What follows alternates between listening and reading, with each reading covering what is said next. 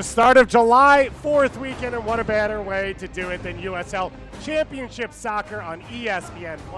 David Goss and Connor Lade with you from MSU Soccer Park as the New York Red Bulls 2 host a familiar foe, but for the first time this year in the Pittsburgh Riverhounds. Two teams coming in off some tough results. And Connor, when you look at this matchup, these two teams met 7 times in the last 2 years because of COVID, and because of the way the seasons went. But it's a new generation for Red Bulls too, taking on the Pittsburgh Riverhounds. Yeah, so much history between these two sides. And for New York Red Bull 2, you need to see a response after a really bad loss. And I'm looking at these AJ Marcucci and Jeremy Raffanello to really take onus of the team and push them on to get a win here tonight. And on the flip side, for Pittsburgh, you know who's going to try and get it done. Alex Dixon, he has hurt Red Bulls 2 in the past. Alex Dixon has absolutely torched New York Red Bulls 2, and it has the league on fire right now.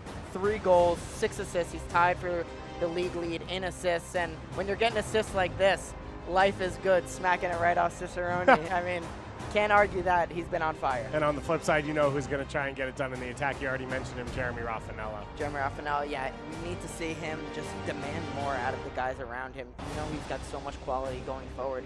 But even defensively, I just want to see him rip into some guys sometime. They haven't won a game at home this year.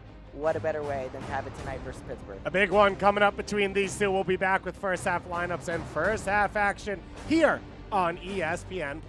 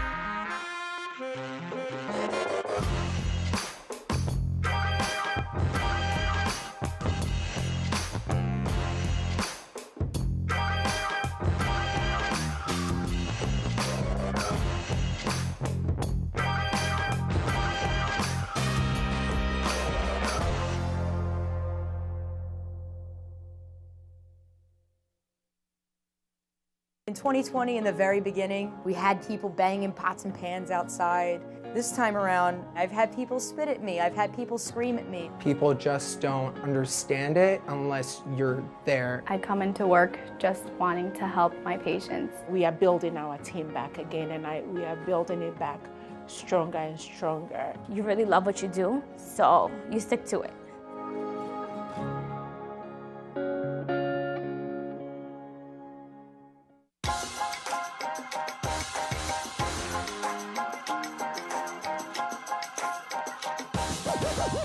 Raffanello with the shot now, and New York Red Bulls 2 take the lead. Forbes one-on-one with Marcucci, and it's saved again. This guy has ice in his veins. And it's in. What a finish. The teenager in front of his academy teammates.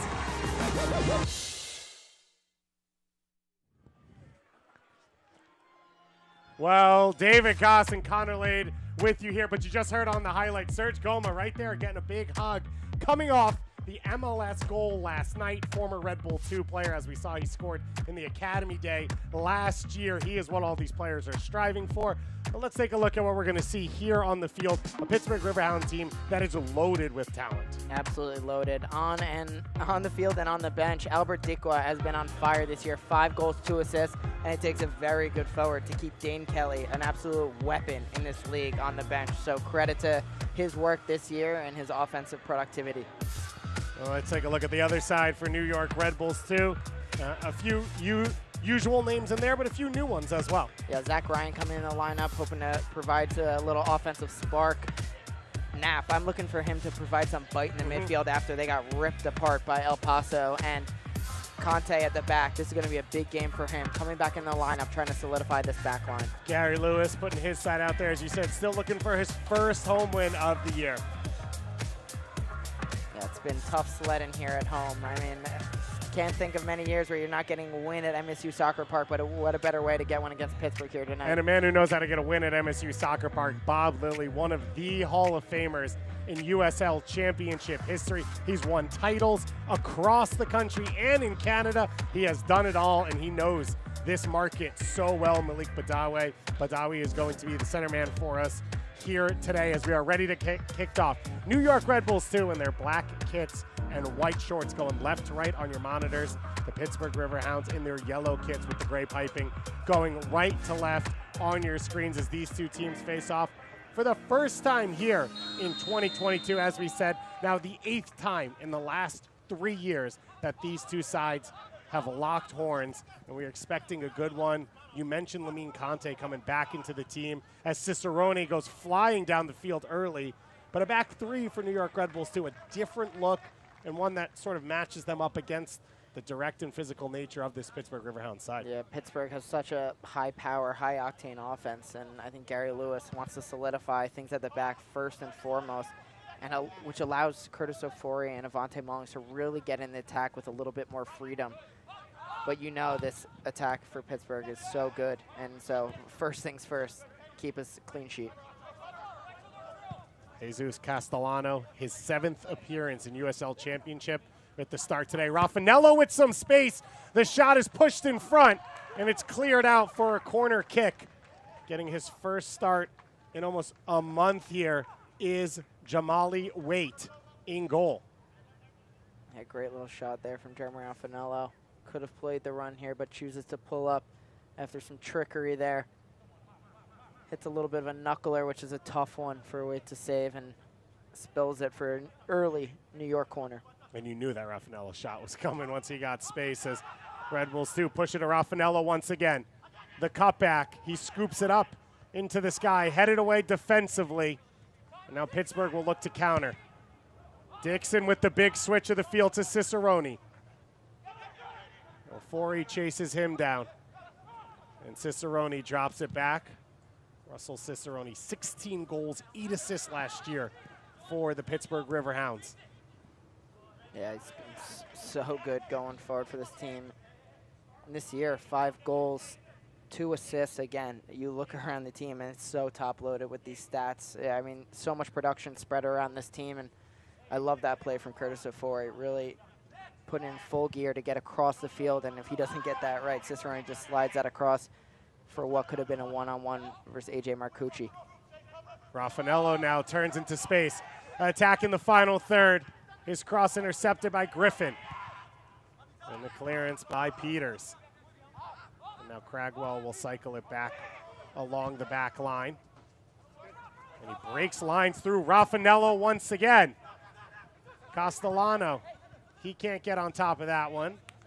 And it'll be, it looks like another corner kick for New York Red Bulls too. So a bright start here for the home side.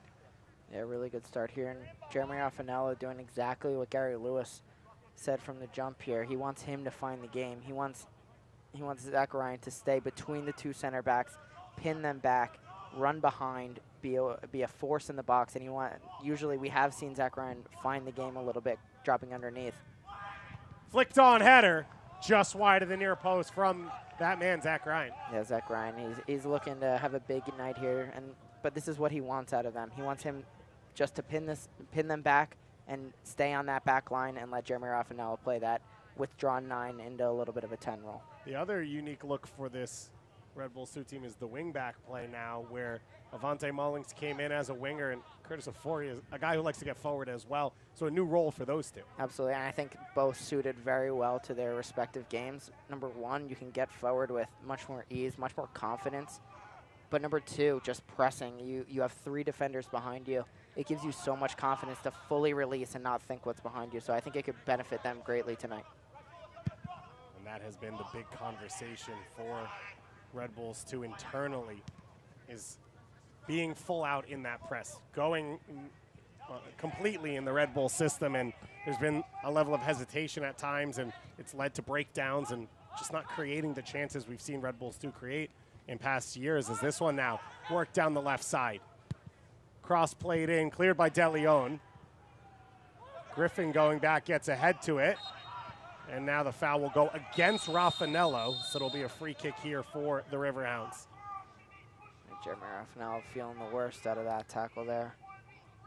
Rolling around in some serious pain. And Raffanello, he's been electric to start this game. And he will, as you said, be the one to pull the strings. You saw the space that this formation's allowing him, and you knew he was going to take that first shot. If he gets space anywhere in the final, 40 yards, he's going to let rip. I'll give him a little bit more inside his own half. That's true. We've seen him do it. And he has been a bright light in what has been a tough season at times for Red Bulls 2. We've seen him play right back, right mid, number 10, number 9, and then we saw him play defensive mid this year. So he has shown sort of the Red Bull family everything he's capable of. Yeah, he's shown the full versatility there. You can see. Looks like he caught a knee on the inside. Yeah, I'm not sure if that was the knee or the inside of his thigh there, but he's clearly in a ton of pain right now. And New York Red Bull 2 is hoping he's going to be able to continue on here. Yeah, getting worked on by the trainer here. He gets up slowly. You never like to do this early in a game, but the sub options for New York Red Bulls 2, Derek Chan, the backup goalkeeper, Nate Worth, who became the 3rd youngest starter in USL Championship history last week, is on the bench. John Murphy, Bento Estrella, who would look to make his debut professionally if he does get an appearance here. Jordan Adebayo-Smith and Jonathan Felipe, who have both started the bulk of the time in the attack. And then Wiki Carmona, who's looking to make his return from injury, available on the bench for New York Red Bulls 2. Raffanello is now over on the sideline, jumping up and down in front of the trainer, trying to see if he is capable of continuing.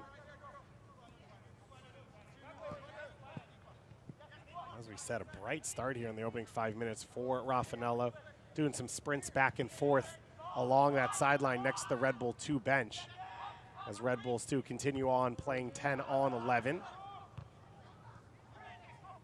It's something we've seen from New York all year. You know, they find their way to get good starts in games, and it's just not being able to see the game out in the second half. So, you know, you got to take advantage of these early good form, I guess you could say, for New York Red Bull 2, and finding a way against a very dangerous Pittsburgh team to really keep them at bay. Celebrating its 75th anniversary, Select is proud to be the official matchball supplier of the USL Championship. Choose what you play with at www.selectsportamerica.com. Select League's Choice, Player's Choice. AJ Marcucci will look to play this one back in. You see Bob Lilly directing his side a little bit. I don't think it was a team that anticipated seeing this 3-man backline from New York Red Bulls 2, so some figuring out for the Riverhounds right now on the fly. And if you're Bob Lilly coming in here, winless in the last 6 games, they're coming in here expecting to get 3 points. You know, they're looking for a get-right game, and as a lot of teams have coming into Montclair Soccer Park, they're looking to get wins here from a team that has really struggled at home this year. 3-0-3 in those last 6 games, as you mentioned, for the Pittsburgh Riverhounds, including most recently a 5-2 loss to the Tampa Bay Rowdies, a team that Pittsburgh thought they'd be contending with at the top of the Eastern Conference. A couple shutouts for them in that span, a 1-0 loss at RGV, a 3-0 loss at Charleston as well, and then a couple ties in a row in there. So it's been a frustrating run for Pittsburgh, and a lot of times when you say that, they'll have injury issues and other things. That hasn't been the case in this run. It has been a bad set of form for them. I think both of these teams, if you don't think Bob Lilly and Gary Lewis are expecting serious statements from their teams here today. Ball over the top here, a chase from Forbes. Sets up nicely for us. See 2 teams after bad losses coming in here. And that's the man, Canardo Forbes, who a lot of that responsibility will fall on. He is Mr. USL. He is Mr. Bob Lilly as well, as won championships and played for him both in Rochester and here He is the all-time regular season USL assist leader, and he is one of the leaders in all-time USL appearances as well. 5 goals, 6 assists last year, which is up on terms of goal scoring for him. And the assists, obviously nothing new. He already has 4 assists this year. Yeah, Bernardo Forbes is so special. I mean, he fills up the stat sheet every year, but everything he does off the ball that doesn't get recognized, I mean, he puts in so much dirty work, and his leadership is just absolutely incredible. Raffanello into the feet of Ryan. Ryan with the shot, and it rolls just wide.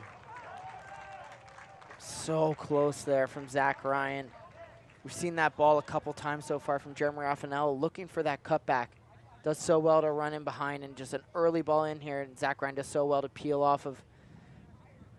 And he just does so well there. Unlucky not to hit the frame and go up 1-0. And so often you see there multiple touches to try and create an opening.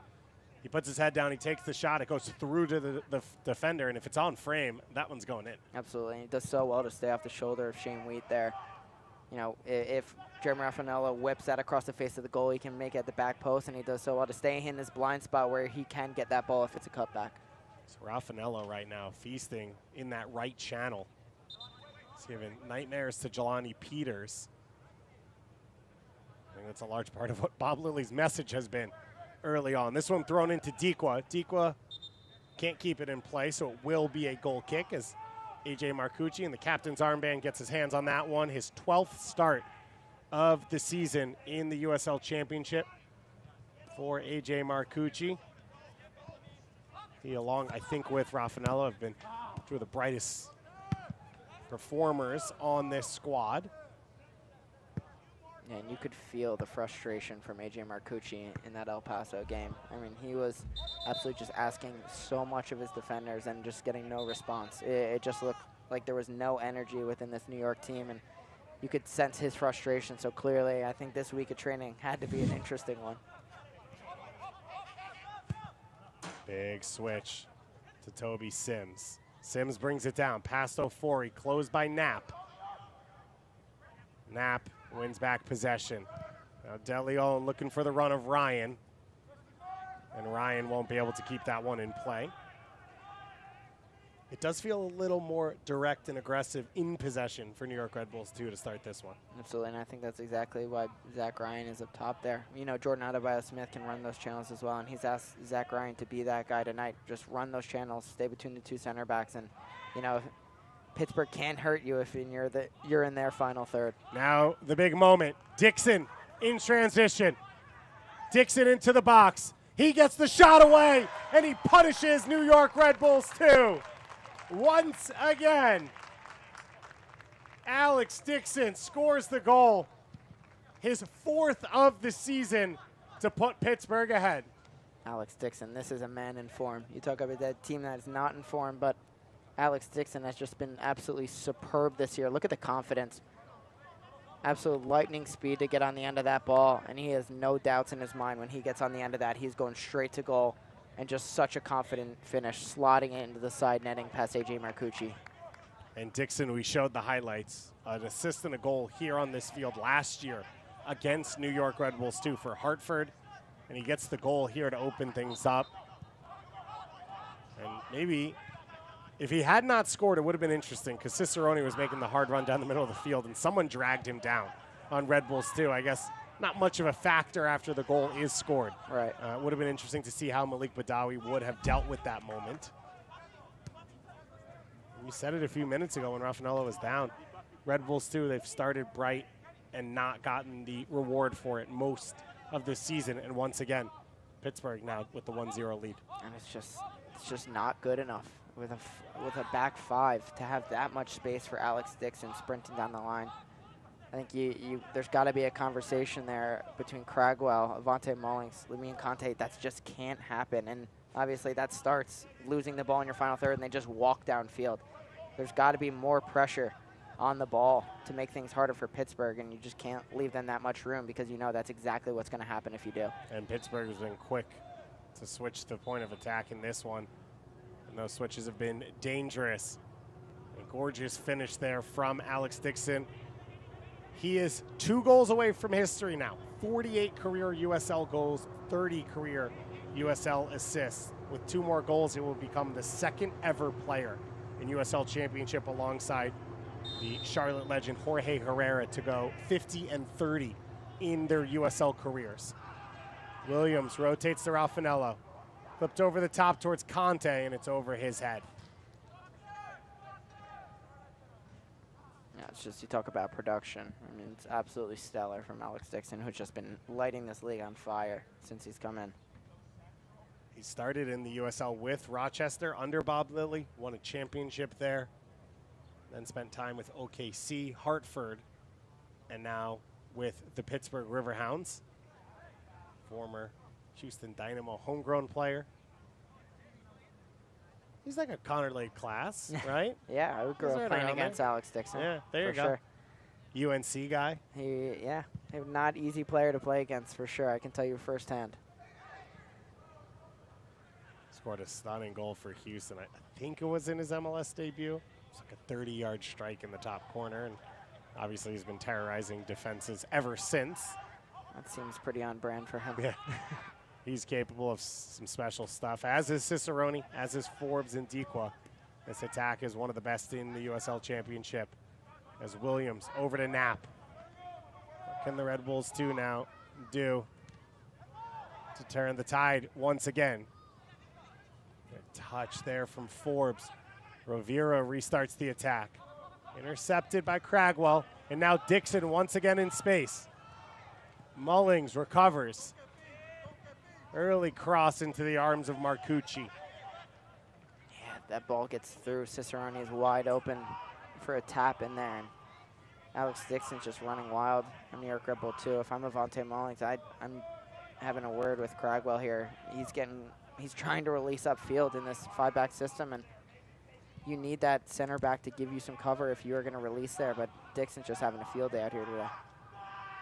And is that Cragwell reading the space, or is that, you think, the idea of how that position they expect it to be played? There's got to be some communication there, but you naturally are going to pinch in as a center back. But if you're Avante Mullings and you're out of position, or you have released, you got to at least give a shout there for Cragwell to expect what's coming behind him. But sometimes in that 3-back system, you get aggressive a little bit in the step, and if your outside back is upfield, as Castellano gets a yellow card here for the tackle on Griffin, you need some cover there.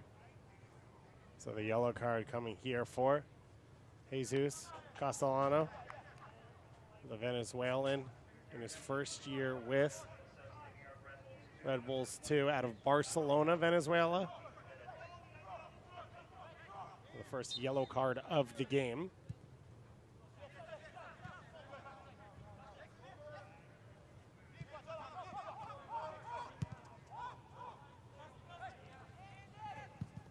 Pressure put on all the way back.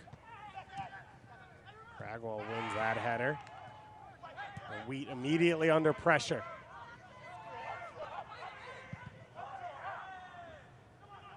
Wait with the big switch of the field. De Leon wins the header. Ofori now into Raffanello. And it's clipped away by Griffin.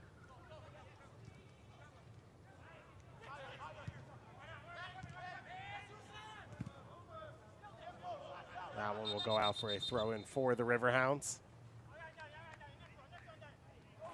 86 degrees here at MSU Soccer Park on kickoff. The sun does start to set. July 4th weekend coming up. Perfect way to get it started with a little USL Championship soccer. Of course, it's going to be a huge weekend of action across the league.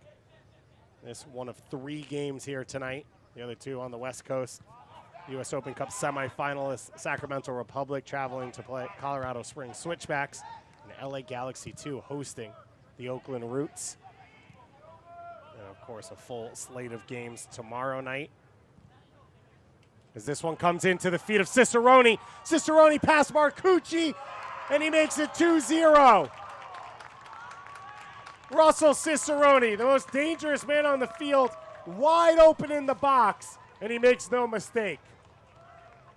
Russell Cicerone just absolutely torching the defense, but I'm finding a little bit lost for words here what New York just did there. De Leon pushing across, and Lamine Conte is right with Cicerone stride for stride, but decides to just stop and try to claim offside. And clear, the referee disagreed, and Cicerone just does so well 1v1 versus AJ Marcucci. Slips around him and tucks it in for a comfortable 2-0 lead right now for Pittsburgh Riverhounds. I don't think there's any player on the field more dangerous in a moment like that than Cicerone, his 6th goal of the year, to follow up his 16 last season in his debut year with the Riverhounds. So a electric start to this one for Pittsburgh. They've had less of the ball, but all of the goals to open things up in the first 20 minutes here at MSU Soccer Park. He slides it over to Williams. And Peters with the big clearance. Credit to AJ Marcucci. He did get a save on the initial take-on attempt by Cicerone, but no support there to help clean up the loose ball. And New York with a back 5. Just looks like they're playing a man down. Honestly, on the back line, they're getting absolutely no help. No one's shifting over to help each other. There's some silly mistakes being made, and this is exactly what I'm talking about. Someone on the field needs to step up and keep everyone accountable, and sometimes those messages have to come in a hard way. Castellano now comes all the way across the field. Fori will go back to De Leon.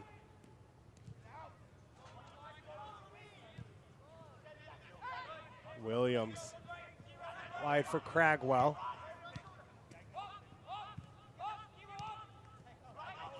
And now Mullings coming forward.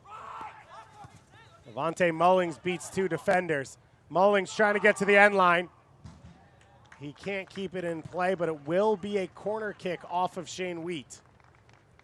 It's a great little individual display of creativity there from Avante Mullings.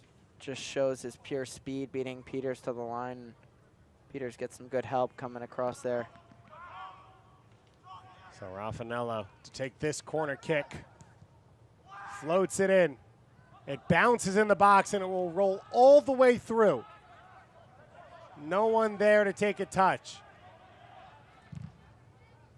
As De Leon blocks that attempted clearance.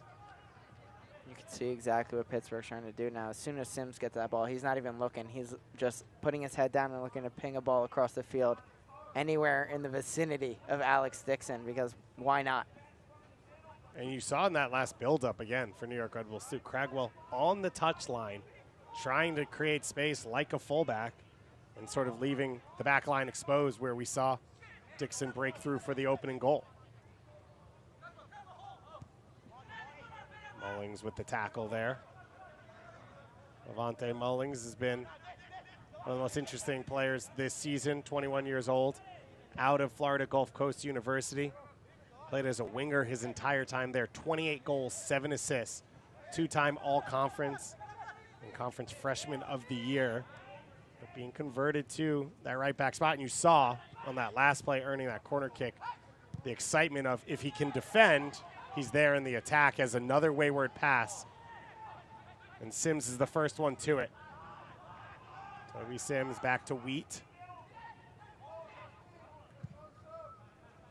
Wheat playing that ball through the channel. De Leon will go back to AJ Marcucci's feet. Marcucci now under pressure. Marcucci, the touch pass, Dequa. And the big clearance to Ryan. Peters wins the header. Griffin back to Rovira. Now Sims. All the way back to Arturo Ordonez. Ordonez, and a pleasant addition, the rookie out of the University of Pittsburgh. So a local player, originally from Spain. And it feels like Pablo can never have too many center backs. He always has a great crop playing at that position. He likes to use 3 fairly often. And he's got another good group in this side. And Ordonez looks like a good one for the future as well. Yeah, solid back line. You know, there's always, you know, they may line up like a 4, but Alex Dixon is dropping in to be that left-sided, turn it into a back 5. And honestly, I think that's a great position for him because just as you kind of lost track of him and he's dropping in, he just immediately has a gut-busting run upfield, and you totally lose track of him until he's putting the ball in the back of the net. And we mentioned how tough a run it has been for this Pittsburgh Riverhounds side. If this result were to hold, they would jump to 4th place in the Eastern Conference. That tells you, 1, how compact things are, and 2, how great a start to the season the Riverhounds had, and then this stretch of 6 winless, 3 ties, 3 losses, has only dropped them down to 7th place coming into this game, or excuse me, 6th place, because of how good they had been. So the quality is still there, we know that, and the results, they've kind of given themselves a little bit of a safety net, which they have now used up. And they can't afford to drop points in a game like this, up 2-0 on the road. Absolutely. They're probably got to be looking at this as a must-win, and so far so good for his side, as they look totally in control of this match right now. We'll have an opportunity to build on that lead here with a good service from Canardo Forbes. 2 of the highest scoring teams in the championship square off when Colorado Springs Switchbacks welcome San Diego Loyal for 4th of July fireworks. Don't miss the action Monday, 9 p.m. Eastern time on ESPN2. A perfect way to close out your July 4th weekend as Forbes clips that one to the far post. And a foul will go against the Riverhounds attacker. Colorado Springs under Brendan Burke. Once again, another good season for them. Mishi Galina leading their attack, one of the best young attackers in the USL Championship. And San Diego Loyal, we saw here in New Jersey a few weeks back, Darius Vassell continuing his goal-scoring form in his first year in the USL Championship under Landon Donovan. Roviro steps forward to win this one. Forbes is in on goal. Forbes cuts it back, and he goes just wide. Yeah, this ball here, I mean, what an opportunity for Canardo Forbes. You expect him to put that one in the back of the net, but I don't love that ball from A.J. Marcucci. I mean, just putting your team under fire. A little too cute, trying to pick someone out in the midfield, and just leaves opportunity for Pittsburgh to come up and get an instant counterattack. And Canardo Forbes sure is going to be wanting that one back. We've seen him bury that one 100 times. Michael Knapp was saying the same thing to Marcucci after that play. And so this time Marcucci takes it safe, plays it safe, and goes long. Conte with the ball over the top. Williams back to Cragwell, who's under pressure. He turns it over. Dixon immediately for Cicerone. And that one will roll out for a deep New York Red Bull 2 throw in.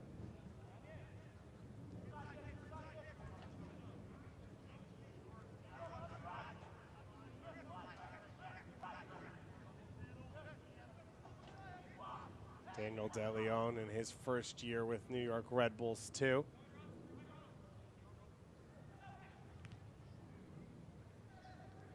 One of the players on this team that has a unique background. Left to Minnesota. Rather than going to college, went down to Costa Rica to play for San Carlos. And then ended up in the UPSL last year looking for a team before joining on here at New York Red Bulls 2. It's been a big piece in a thin center back crop for this New York side.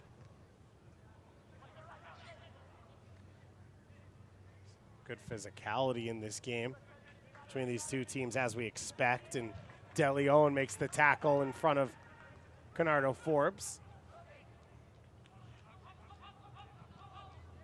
Cicerone now able to get around Cragwell. Cicerone into the box, pulls it back. Dequa's shot deflected and then cleared by Mullings. What a play by Avante Mullings there, but Cragwell just not a great defensive play there. Just took the wrong angle, which gave Cicerone just a wide open lane to walk in the box, and picks out his only option in the box there. And Dequa and Avante Mullings, what a fantastic recovery from him to save a goal. I don't know if Dequa's original shot was on frame, but the deflected chance was dangerous. Yeah. Now it'll be a Forbes corner kick. Headed back behind by Sam Williams. And another opportunity here for the Pittsburgh Riverhounds. There are all 11 players defending for New York Red Bulls 2, to the point that every field player for Pittsburgh is within 30 yards of the Red Bull 2 goal. Forbes now. Headed on by De Leon. Dixon brings it down, and he can't get over that shot. I think that's just more telling than anything. They're just so desperate to keep this game at 2-0 right now, and Pittsburgh's just completely in control of this match. And there just doesn't look like there's any life in this New York team right now, and there's got to be someone on the field who's just giving a shout to someone to just wake up. De Leon, the big switch. Mullings now. Dixon closes him down, and the cross is blocked out for a corner kick. So we saw Raffanello be dangerous down the right side for a while. Now Mullings having his opportunity. Yeah, Vontae Mullings starting to grow into this game, and from New York Red Bull 2, I'm trying to find him as much as possible. Now he's so quick. You don't even need to pick him out. You just need to put it in a space around him, and he's going to get on the end of it. Raffanello floats it in. Cragwell's header. And it'll go wide for a goal kick. So 30 minutes played in this one. New York Red Bulls 2, a bright start in the run of play. But Alex Dixon, the opening goal in the 12th minute. And then Russell Cicerone 7 minutes later to make it 2-0. And you said it, since the goal, really, Pittsburgh has completely settled down. They have found the spaces they want. They have been, outside of the Mullings, a few moments from him, they've been less troubled by New York Red Bulls too. Absolutely. I mean, the Dixon goal just absolutely sucked the air out of any momentum that New York built in the first opening minutes of this match. Ofori trying to get forward. All over the top. Mullings is able to get to it first. I've been talking to Gary Lewis at halftime of that El Paso game. He said he went in the locker room and absolutely ripped into him. I can expect that these players may be dreading going to that locker room again because they may be hearing a similar message. Now for Red Bulls too, both offensively and defensively, some key pieces missing for positive reasons. Juan Castillo was on the bench last night in Major League Soccer action. He would be the starting center back for this team. He has been for the last 2 years, if not the starting left back, with his versatility. Steven Serwada made his debut for New York Red Bulls in MLS last night. He's here at the game, but obviously not available to play as Marcucci puts that one in the air. And, of course, Serge Goma, who had played for this team last year, a couple times this year. He had the winning goal in MLS action against former Pittsburgh Riverhounds center back Alex DeJean to close things out at Red Bull Arena in a special moment. I believe the third youngest goal scorer in Red Bull history and the third youngest game-winning goal scorer in MLS history. The Red Bull side, can you guess who he's behind? Have you seen this stat? I haven't yet. Okay. Who are the two youngest goal scorers in Red Bull history besides Serge Goma? Let's get back to that one. I got to think on it. Could be anyone. I'll give you a clue. It's not from the Academy era. It's not from the Academy era. Okay. So it Tyler? wasn't Matt Miazga. Tyler? No. No. It's a good guess, though. Tyler was against Chelsea. Yeah, he didn't score at all that year. I don't know. That's not what the stats say. So. Where you getting your stats from? Yeah. We'll get back to that one. I'm going to workshop that in my own brain, and it's going to terrorize me. I think I'm 0 for 3. Because when Harmon came in here, he was giving me so much trivia, and I got stumped. I'm horrible at trivia on air. Off air, very good at trivia. Interesting. I freeze up on air. I should only ask you questions about your own career, is what you're telling me. I may get For stumped the on MLS those side, I think Freddie Adu was the youngest. Right. And I believe Diego Fagundes was on the list, but I'm not positive about that. So great history for Serge Goma. He is here in the crowd once again tonight supporting this team. He had an incredible moment last year on Academy night with all the young players in the stands. He scored the winner, ran over in front of the crowd. It's kind of what this is all about, right? Seeing where you can go and a club that's helping you along the pathway. And Serge Goma hoping he is the next you already named, Tyler Adams, who is playing in the Bundesliga and scored in Champions League and will probably start in a World Cup for the U.S. Coming up later this year. And Serge Goma, the next part of that. Omir Fernandez has had an incredible season. John Tolkien, many would argue, should be in the national team, and Greg Berhalter has talked about that. I agree. As well. I don't think you're wrong. He's a different type of player at that position than anyone else in the U.S. pool, and be interesting post-World Cup. Agreed. Once he gets some opportunities where he fits in. I think we'll be seeing him there sooner rather than later. I think they can benefit from what he can bring to a game, but I think that moment for Serge, I mean, absolutely incredible. And I think Gary Lewis, I mean, I think he's thrilled that they can be pushing guys on and doing this thing, but he's also probably a little bit sad that we aren't seeing him on the field right now. But what a moment for Serge, and a very, very Red Bull goal for himself. And you talk about those other guys, right? John Tolkien, incredible Red Bull 2 career, played left back, played center back.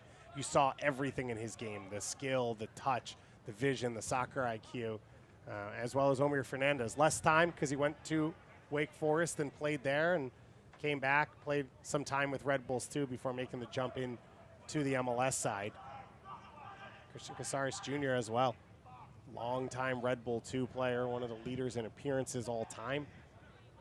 He had a big game as well, helping the MLS side get a win. Are you ready? You still don't know. Oh, I haven't even given it a second thought. I was buying myself time to get to halftime. Jeez. Oh, you thought you'd have that long? No, the moment will be gone. Yeah, I will. I'll give you a clue. Okay. They both played in an MLS Cup for other teams. Oh, Derek. Okay. No. No? That's a really good one, though. Jeez. But Derek wouldn't have done it in MLS because he went to college first. Oh, that's right. That's right. They're way older than that. Both of them are much older than the guys you're naming. Youngest. One was a super draft pick. Actually, both were super draft picks. I don't know where that came from.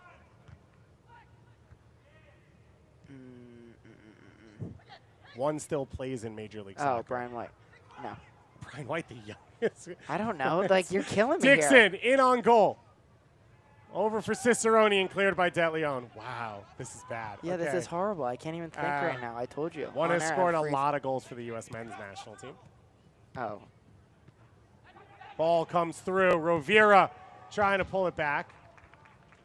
So Josie Altidore is one of them. Oh, okay. He's the youngest one. Wait, what? Where are we talking? In Red Bulls. Oh, sorry. Metro sorry. Stars maybe at the time. Sorry. I thought you said for Red Bull 2. No. I thought you said Red Bull 2. That's why I'm racking my brain for Red Bull 2 guys. I'm like, pre-academy era. What are you talking about? Serge Goma, we were talking about his goal last Got it. night. Red Bull history. Okay. Now so we're together. Josie and Godella? No, that's close, though. Okay. That's a good guess. Now we're like friends again. Yeah, This yeah, is we're great. good. I'm like racking my brain for Red Bull 2 guys. Let's check out this corner kick from Conardo Forbes. Curled in, flicked on at the near post. All right, now we're cooking here. Now we're cooking. Now we're cooking with gas. Still probably going to get it wrong, but But at least you're yeah, I'm on the same page as you now. We saw Juan Agudelo on this field a couple weeks ago for Birmingham Legion, who continue to be one of the best teams in the Eastern Conference, 6th right now. If Pittsburgh hangs on as Forbes makes his way over to the other side. No rush with this 2-goal lead for Conardo Forbes. One of the leading assist men all time in USL Championship history. He's driven that ball towards the back of the 6 the last few times from this right side. Forbes curls this one in, headed down, another chance for Forbes. He floats it in, headed on, and just wide of the far post. What a header there for Arturo Ordóñez, the Spanish center back. Ordóñez, that one looked destined for the back of the net there. Looks so strong, getting up early. Great ball in there from Forbes, and he just floated. Just try to redirect it, and if he gets that on frame, that's a sure goal. Ordóñez already 1 goal in his rookie year. He was close to that second one. It's Dixon now in dangerous space once again. And the early cross goes all the way through the box. Yeah, Dixon, a little bit uncharacteristic there. Just needed to slow down. He had a couple options. Just overcooked that one across the box. The USL is committed to supporting the LGBTQ+ community Through the Forever Proud project, the USL strives to create safe and welcoming environments for all fans, players, employees, and partners. Learn more at uslsoccer.com/foreverproud. Here on July 1st as we close out Pride Month, which, of course, all of the initiatives more than just the 30 days.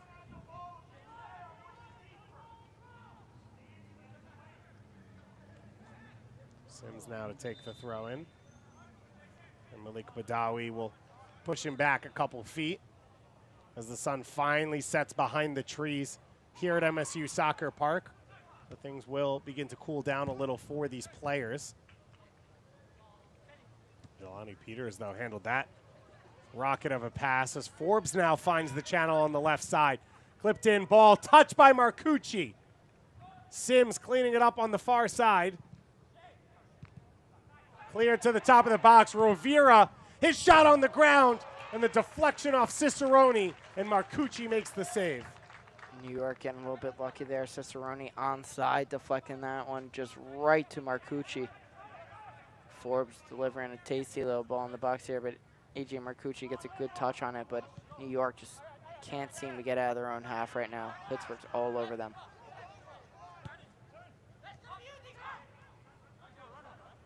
Would you expect to see a change? Either position or player formation from Gary Lewis at halftime, or is it just about the mentality and the message? I wouldn't say that there's going to be a switch right off the bat. I mean, something's got to change, though. I think you got to get in the locker room, and if you're Gary Lewis, you got to rip into your guys a little bit and try to wake them up out of this daze a little bit that they're in right now. And I think a big credit goes out to Pittsburgh, though. They've been absolutely superb after I mean, New York, they weathered an early little storm. Jeremy Raffanello more so than anything, but they've really settled in this match and looking absolute cruise control. For Bob Lilly, obviously this is a crucial result for them, trying to get their first win in a 7-game span. So for him, you wouldn't expect anyway to take the foot off the gas before this win is sealed in the locker. They still have a lot to play for in the playoff standings, and of course, they'll have to do so over the final 45 minutes in this one. As the Red Bulls work it all the way over to De Leon. Ofori, we haven't seen him get into the attack the same as we've seen Mullings from that wing-back position. Absolutely. I think there's got to be more opportunities, and they seem to not be looking his way. He's putting himself in pretty good spots up the field. They just haven't looked his way. They've been looking more so to Avante Mullings, and they're really peppering that right side of the field. But Castellanos he's trying to find the game as well. Pulling back on the left side. It could be a good opportunity for him and Ofori to combine, but just a little bit quiet so far on this left side of the field. Kalani Wait, excuse me. Able to get this play restarted. The turnover, Mullings now. Rovira breaks it up before it gets to Raffanello, and then his clearance is deflected. Rovira, originally from Bogota, Colombia. Grew up here in the United States. Went to school in the Northeast, Dean College, and then Vermont. Has a good little supporter section here for this game. Luis Argudo, part of this roster as well. From Francis Lewis High School out in Queens. So another local player on the team. And Wade himself, Jamaican, but came to the U.S. to play in the Philadelphia Union Academy because of the compliments of Andre Blake, and actually was on the bench for Bethlehem Steel in USL Championship action before going to college, originally down the street at FDU, and then transferring up to UConn, following in the steps of Andre Blake, who of course was a super draft pick for the Philadelphia Union. Do you know who is the second youngest goal scorer in Red Bull history in MLS, who was also a super draft pick? Give me a year range. Is it an older? Yeah, I think probably 05 to 08 would be the years we're talking about. Oh.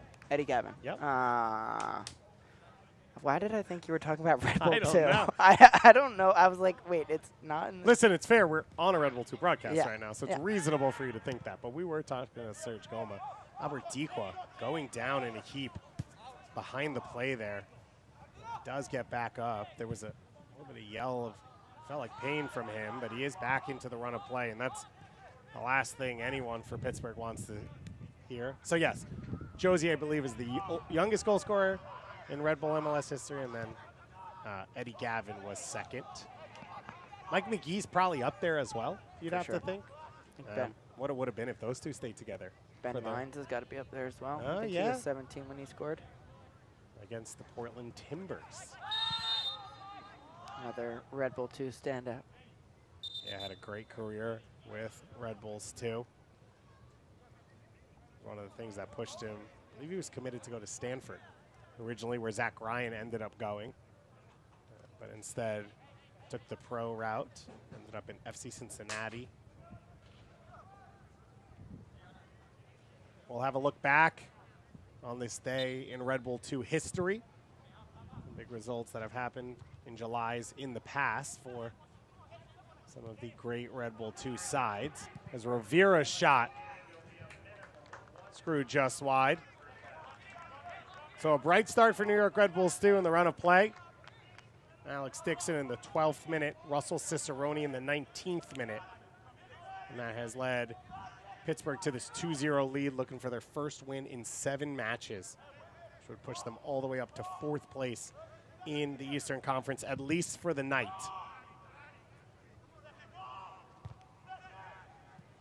That one's headed over the top. Conte and De Leon, miscommunication. And Dixon now picks up the loose ball. The goal scorer on the run. His cross played in. Marcucci gets a touch. And the foul will go against Cicerone on that collision. And Marcucci now is down holding his face. And the trainer immediately out on the field as we are into at least the minimum of 1 minute of stoppage time. That's a big, big collision there. Alex Dixon yet again causing havoc. And AJ Marcucci, Cicerone. AJ Marcucci just got crushed there. Didn't see Cicerone coming. Marcucci got a touch to Cicerone's take-on attempt on the goal that he did score, but there was no one there to support him on that play for Pittsburgh. How do you make sure you see this one? How do you make sure that this doesn't fall away the way the other results have in the second half? Yeah, listen, I think you get back to the locker room and you come back out here and you do exactly what you have been doing. I mean, New York just defensively, even when in transition moments where they look like they have good numbers upfield, it's just one long ball to Alex Dixon's side and they just unlock this whole team. I think Alex Dixon he's been running all over them here tonight, so it's just a recipe for success. New York hasn't looked good in their press. You know, Sims, whenever he gets on the ball, is just spraying it across the field, and they just have no one around either on the ball. You've got to limit him on the ball, being able to pick his head up and just spray that ball across. And then even if you're not around the ball, you got to expect that long one is coming. And so they just have looked disconnected all over the field. A reminder that Dane Kelly, the all-time leading goal scorer in USL Championship history, is sitting on the bench. So you talk about having that direct option available to you. You assume whenever either it's Dikwa or Cicerone or Dixon comes out, Kelly can still maintain that spot for them and continue to threaten Red Bulls too if they push numbers forward. Although you have to think the way this game is played, Dixon is saying, do not take me out. Yeah. I am here. I want to get to 50 and 30, and I can do it tonight. Yeah. With the openings he's had. 100%. And I think if you're Pittsburgh, I think you almost might be a little disappointed walking in the locker Yeah. room because you could have had easily 2 more goals here tonight. And so you see Jeremy Raffanello bringing the guys in there and just talking to them, just trying to wake them up a little bit and demand more out of this group. And I think each guy can give so much more. Even if it's just 1% more, it will be better than nothing right now. So I think there's got to be a bigger demand within this group and some accountability, and that shouldn't all fall on Gary Lewis. So the referee blows the whistle for halftime here as AJ Marcucci still down on the ground being dealt with by the trainer. We will have an update for you on his condition when we get back. But a bright start to this half. As Connor said, though, it could have been more, which does leave Red Bulls 2 still in this game, just down 2-0, as rampant as Pittsburgh, and especially that man, Alex Dixon, has been. The 12th minute goal for him, his 6th of the season, as Pittsburgh Riverhounds lead 2-0 heading into the halftime locker room.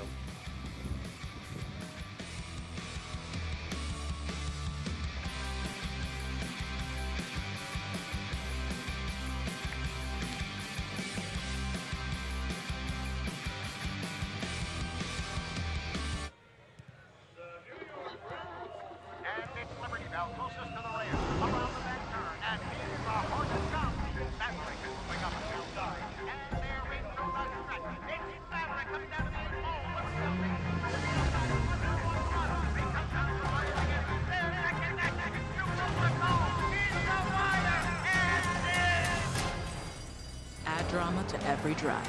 The exhilarating Audi SUV family. In 2020, in the very beginning, we had people banging pots and pans outside.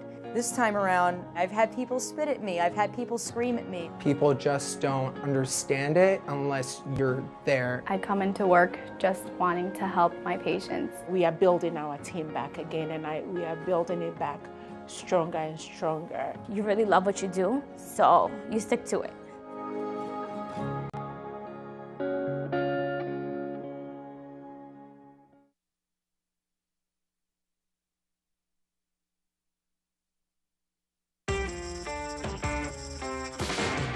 I'll give you something, make you shake it, shake.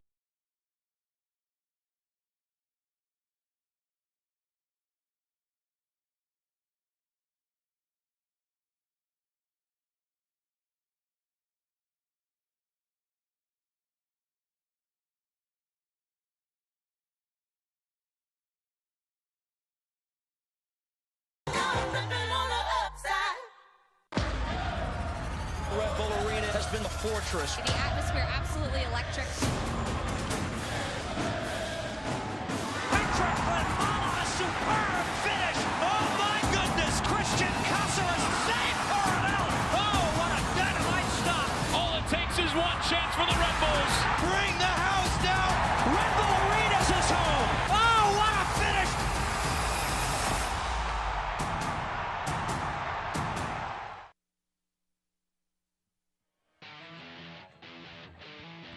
A beautiful start to July 4th weekend in Montclair, New Jersey, and MSU Soccer Park, the host of this USL Championship matchup between New York Red Bulls 2 and the Pittsburgh Riverhounds. And we came into this game, Connor, talking about two main players, and they both delivered from the start. Alex Dixon opens up the scoring with this gorgeous finish. Yeah, it's such a confident finish there from Alex Dixon, a man who's just in such good form. AJ Marcucci has no shot to keep that out of the back of the net, just tucks it beautifully inside that post, and a nice little celly for the camera there. His fourth goal of the season. Raffanello, though, had started brighter in this game, but didn't have that final touch with his teammates. Yeah, Jeremy Raffanello, it just looks, I mean, it hasn't been enough combining with anyone. It's been all individual. You know, Jeremy Raffanello, I think he's put himself in really good spaces. Zach Ryan just trying to find him. He found him once. Zach Ryan, probably their best chance of the game, comes here. Early cross to Ryan, and Ryan just can't put it on frame, but it looked promising from there. But since that point, it's looked anything but for this New York Red Bull 2 side. Raffanello taking that hit, but was able to continue after that moment. MSU Soccer Park, it's been the home to New York Red Bulls 2 for the last 5 years. And on this day, in July 1st, in Red Bulls 2 history, 5 years ago, New York Red Bulls 2 faced off against St. Louis FC. We came into that one talking about Jose Angulo, a longtime New Jersey native, as well as Derek Etienne. You take a look at that starting lineup, a ton of talent in that side for Red Bulls 2, and it was Brandon Allen with the winning goal in that game. He was the one who, of course, powered Red Bulls 2 to the 2016 USL Championship, but Florian Velo, Vincent Bezecourt, Derek Etienne, who went on to score in an MLS Cup himself, a ton of talent in that squad, and you look at three of the headliners here. Yeah, absolutely. Brandon Allen, probably one of the best finishers that's ever come through this New York Red Bull 2 team.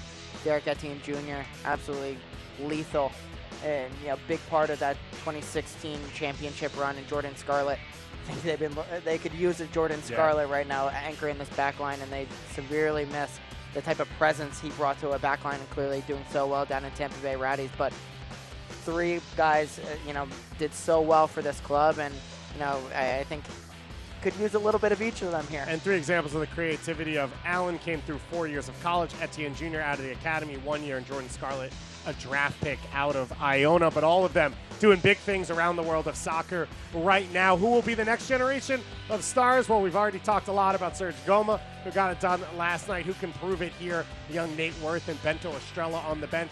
Could they be the additions for Gary Lewis's side? We got more action coming up for you here in just a moment on ESPN+. I mean, yeah, it's time Stop it. Today when we go Yo, roll it down. I am. You don't need a car to listen to Sirius XM. You can listen anywhere. You know that, right? What? Kevin Hart's Laugh Out Loud Radio. Kevin, you could use your phone. What? What? Alexa, play Kevin Hart's Laugh Out Loud Radio on Sirius XM. What? This is how I know you're getting old. I guess that was it. What?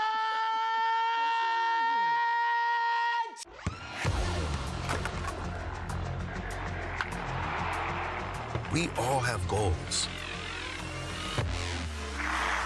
But let's be honest. Most of us aren't going to be professional athletes. But if your goal is to finish your degree, we can help. Come to a university that puts your goals first. Bellevue University, your partner in finishing goals.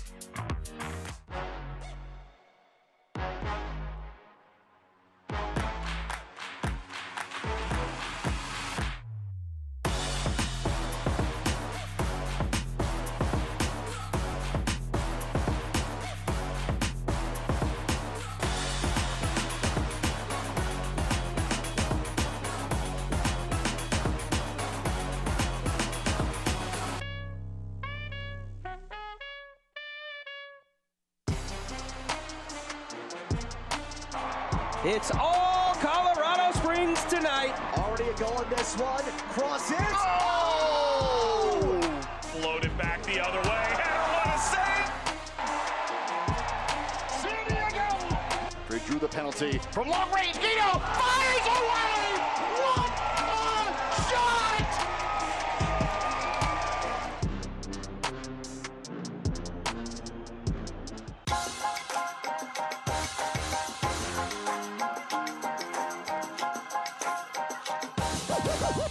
Raffanello with the shot now, and New York Red Bulls 2 take the lead. Forbes one-on-one with Marcucci, and it's saved again. This guy has ice in his veins. And it's in. What a finish. The teenager in front of his academy teammates.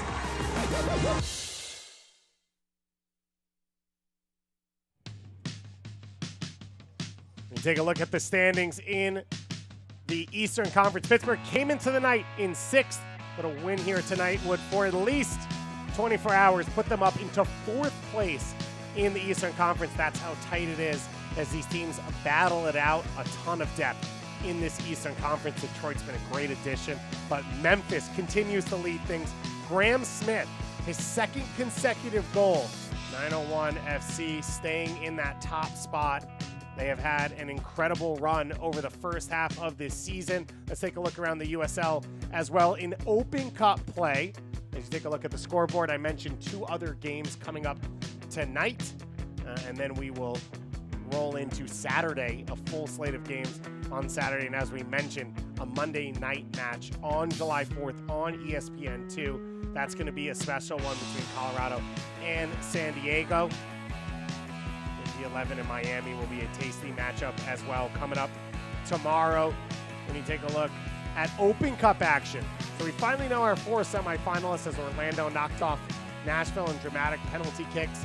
Sacramento defeat the LA Galaxy. They host Sporting Kansas City in the semifinals.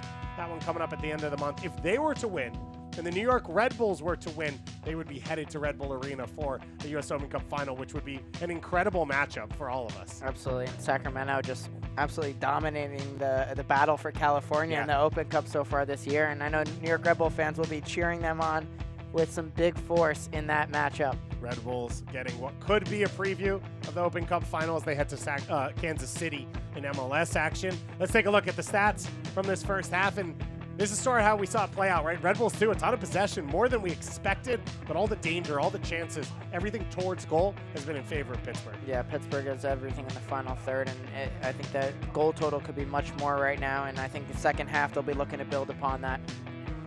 All right, the fans out on the field, the subs getting ready to go. We already have one sub as Derek Chan will be checking in goal. We'll bring you all that news and more coming up in just a moment here on ESPN+. In 2020, in the very beginning, we had people banging pots and pans outside.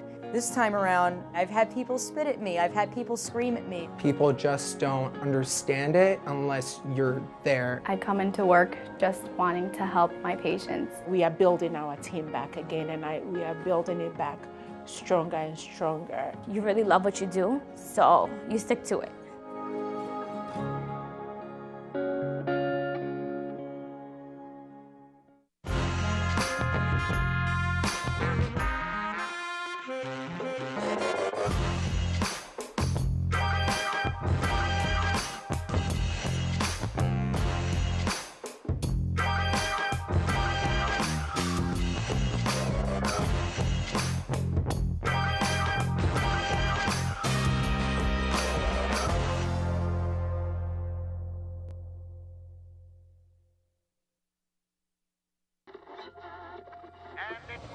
Closest to the rail, around the back turn, and here's a horse and come.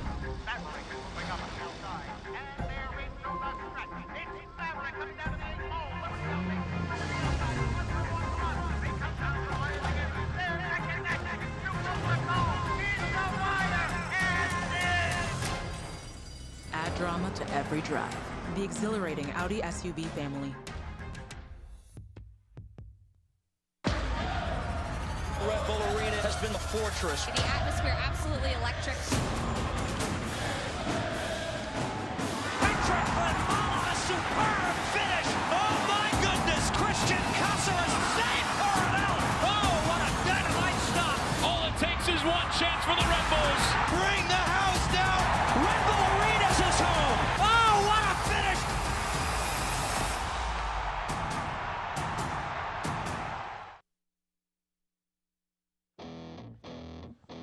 No better way for the fans to start their July 4th weekend than here at MSU Soccer Park. Elementary Brewing, always in the house, bringing some of the best beers in the New Jersey area. We can do without a hot dog on July 4th weekend. We're going to have to get down there at some point. Glizzy's on deck. And grab some dogs. What, can you do a full eating competition? 12, 13 in a minute? I think we might be able to put one on. Maybe we'll stick around post-match. Let's see what we can do. Let's take a look, though, at the highlights on the field, which are a bit more entertaining.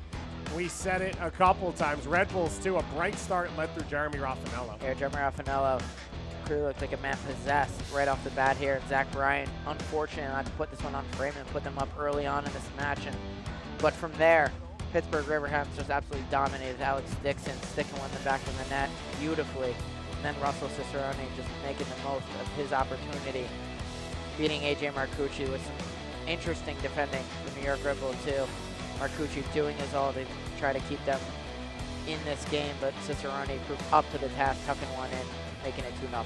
Cicerone, he has been the leading goal scorer for this team and continuing his form there. That's his 6th goal of the year as we are back out and ready for the second half. For an update as the way that half closed, A.J. Marcucci taken off the field in a stretcher, currently being put into an ambulance to be taken to a hospital. As you take a look at what's coming up for New York Red Bulls too, they head to Louisville City and then Indy 11, and they go to Monterey Bay FC in their first year in the USL Championship, just picking up Jason Johnson earlier today. And on the flip side for Pittsburgh, the schedule does not get any easier after this one, hosting Indy 11, hosting Miami FC, and going on the road to play New Mexico United out in the Western Conference. As expected, they are a top playoff team in the West, and then they play at the Hartford Athletic. As the players are back out on the field, the Red Bulls 2 players stopping by with Marcucci on the way out, as he is still being put onto a stretcher and then taken away. So we hope for the best for AJ Marcucci. He has been a bright light for this team, not just on the field, but off. Connor, I know you get to chat with him a ton. He is young, but he is, I'd say, veteran in his ways already, a leader for this group, and one of the bright young soccer minds and goalkeepers in the country. Absolutely. We're wishing the best for AJ Marcucci. It means so much to this team.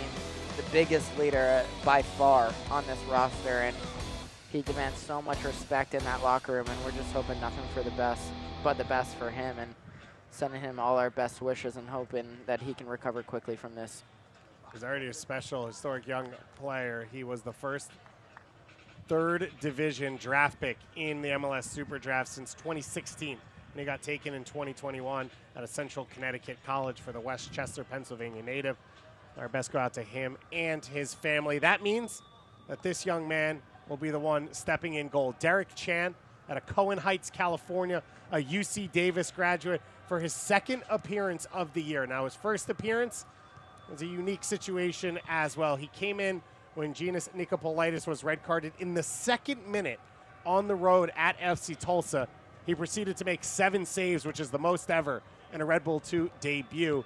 So he's a talented goalkeeper. He's trained a ton with the first team as well. There's a lot of promise in Derek Chan's game, and he will now come in and try and help steady this back line in the second half. Yeah, Derek Chan had a great debut when he came in for Nicopolitis, and you can see already out there talking to his guys, picking up where AJ Marcucci has left off in terms of leadership, and I think he's a fantastic shot stopper.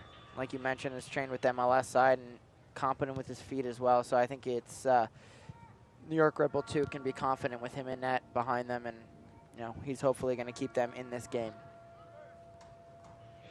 For Derek Chan as a goalkeeper, it's always tough. You always trying to keep yourself fresh however you can, but it is tough when you do not get a ton of appearances. And his last one, that Tulsa game, it came on March 4th. So it's been a little while for him, and we'll see how he deals with this Pittsburgh attack, as this Pittsburgh team, they are an impressive side. And Connor, we saw how lethal they can be, how dangerous they can be across the field. How can New York now adjust themselves defensively to try and protect Derek Chan? Yeah, I'm sure in the locker room, Gary Lewis was talking this right side of the defense.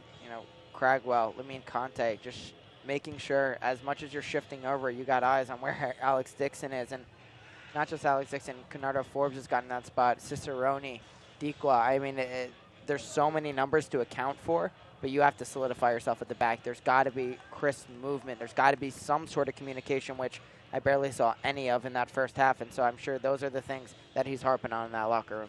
So the reason for the stoppage right now before we start the second half is AJ Marcucci has been put onto a stretcher just past the end line behind the Pittsburgh Riverhounds defending goal right now, off to your left on your screen. So they're just waiting for him to be cleared safely out of the playing areas. These two teams now a little bit more time to warm up and get ready for this second half.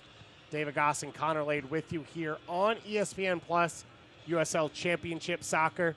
Pittsburgh Riverhounds looking for their first win in their last 7 matches with a 2-0 lead in this one. New York Red Bulls 2 yet to win a home game here at MSU Soccer Park, but trailing 2-0 off those first half goals from Alex Dixon as well as Russell Cicerone. And now that young man Derek Chan will have to step in between the pipes. 15 starts last year at UC Davis for Derek Chan. Did play for a short time in the LA Galaxy Academy. One appearance for the Galaxy as a guest player. Otherwise played with some independent clubs, played with FC Golden State in USL 2 action out in California, and now getting his second appearance here in USL Championship action as we are ready to kick this second half off. New York Red Bulls 2 in their black kits and white shorts going right to left on your screens. They get us started. Pittsburgh, yellow kits, gray shorts going left to right on your monitors. And the first substitution of the game for either side. Of course, 5 available, and it will not count as a moment as the substitution happened at halftime.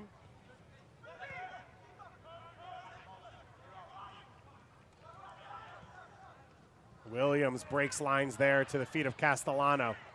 Charging to the back line. Castellano taken down, and a yellow card early on showed here, I believe, to Danny Griffin for that tackle. Yeah, Danny Griffin getting the early one there in the second half, and I think it was a swap for swap. Castellano got a yellow on Griffin in the first half, and then he repaid the favor here in the second half. Griffin originally from Wethersfield, Connecticut. Played his college soccer at Providence, so he has a large supporter group here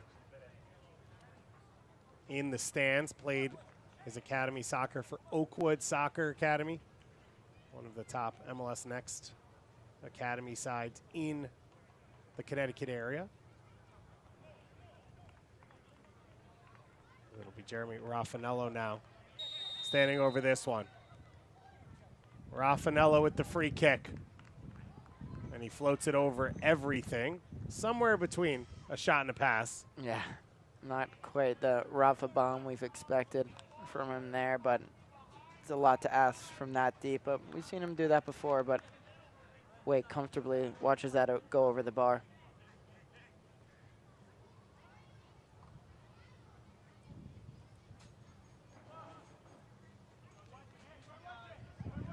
Wait, stepping into goal, Kevin Silva had started the last 3 games. The young Rutgers grad in goal. Rivera has that one forward. Cragwell beaten to the second ball. And Alex Dixon, the danger man in the first half. Can't keep possession for his team. Chan to the feet of Conte. Conte now. He somehow finds Knapp through all that pressure. And De Leon can't link up with Ofori.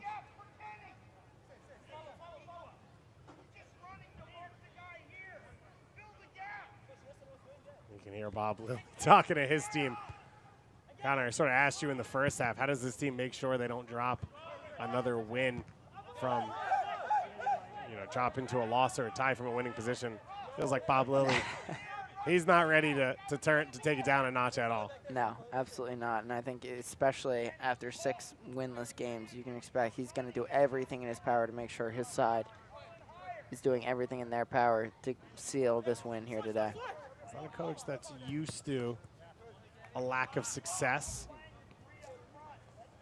He has led some of the best sides in USL Championship history in his time, including with the Pittsburgh Riverhounds. He was 2015 USL Coach of the Year and champion with Rochester.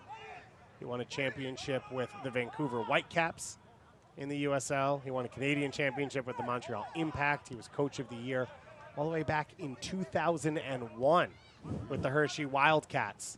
I believe he coached a player in Hershey named Mark Pulisic, who, of course, father of Christian Pulisic. He was an assistant coach for Bob Lilly here in Pittsburgh for a little bit of time as well. Coached indoor, the Hershey Impact, the Harrisburg Heat, and the Pittsburgh Stingers all the way back in the early 90s, as a yellow card will be shown to Jelani Peters, a Fort Monmouth, New Jersey native, Bob Lilly. So he always enjoys coming back here. And as we said, he's had some great battles, knocked Red Bulls 2 out of the playoffs the first 2 years they existed when he was a Rochester Rhinos coach. And then, of course, his time now with Pittsburgh, going toe-to-toe with New York Red Bulls 2. If you're doing the math at home there, folks, Bob Lilly equals a winner. Yeah.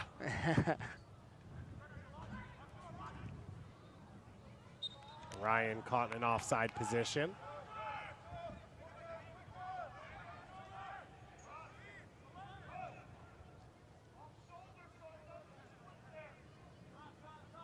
And for Lilly, what's impressive is the errors he's had to go through. You look at this team, you say, okay, he's had Conrado Forbes on his team for a while. Dixon played for him in Rochester, comes back, but over those years, you have to have so many different crops of players, and he has moved some really good players on as well out of Pittsburgh who have gone on to great things. Danny Vitiello, we talked about Sacramento Republic. He was massive in their win over LA Galaxy.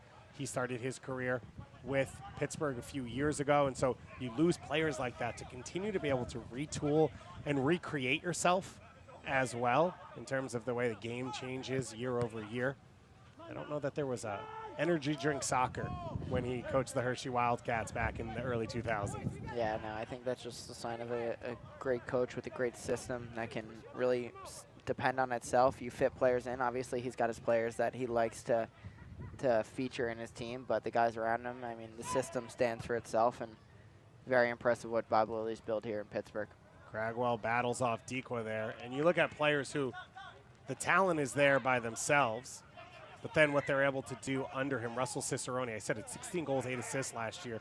He'd had some huge years for St. Louis, scored 10 goals, 3 assists across 2 seasons, FC Cincinnati as well, but he took it to another level when he was able to come and play under Bob Lilly and sort of be entrusted in that number 10 position. Absolutely, and you can tell, I mean, he's got very solid teams at the back, but he allows so much creativity going forward and really unlocks the best out of his attackers. So, I don't know, we may have a little Bob Lilly instructional video. I don't know, a little coaching 101. He's loud enough on the ambient mics yeah, to make it free. You don't need to pay for the master class. You can just watch the game and we'll be quiet and you can listen to him in the background. Yeah, there's no paywall if you're listening in. Castellano trying to battle there. A long ball and Chan. He's going to have to be aware of those in this second half as Williams cuts off the clearance. Castellano under pressure. He somehow keeps the ball, and now Raffanello into space. Slides it up for Ryan, and Dixon slides in between 2 Red Bull attackers and clears it away. Yeah, Dixon getting it done on both sides of the pitch. Zach Ryan and Avante Mullings making the same run there. I'd love to see Zach Ryan notice where Avante Mullings is and maybe peel off the back post, because if Avante Mullings gets on the end of that, it's going to be a great opportunity for him. Ofori, his shot is deflected. But the first real attacking moment for Curtis Ofori that we've seen in this game. Yeah, we're starting to see some life here from New York. A couple good transition moments, sustaining attacks here, and that's what you need. They just gave the ball away far too easily in that first half, just couldn't get their press going, and you need to be able to suffocate them a little bit in their final, or their defensive third here. It'll be Williams to take it. He goes short to Castellano. All the way back out now to Raffanello. Clipped to the far post. And De Leon was lurking there, but Jelani Peters first to the header. And blocked out by Cragwell.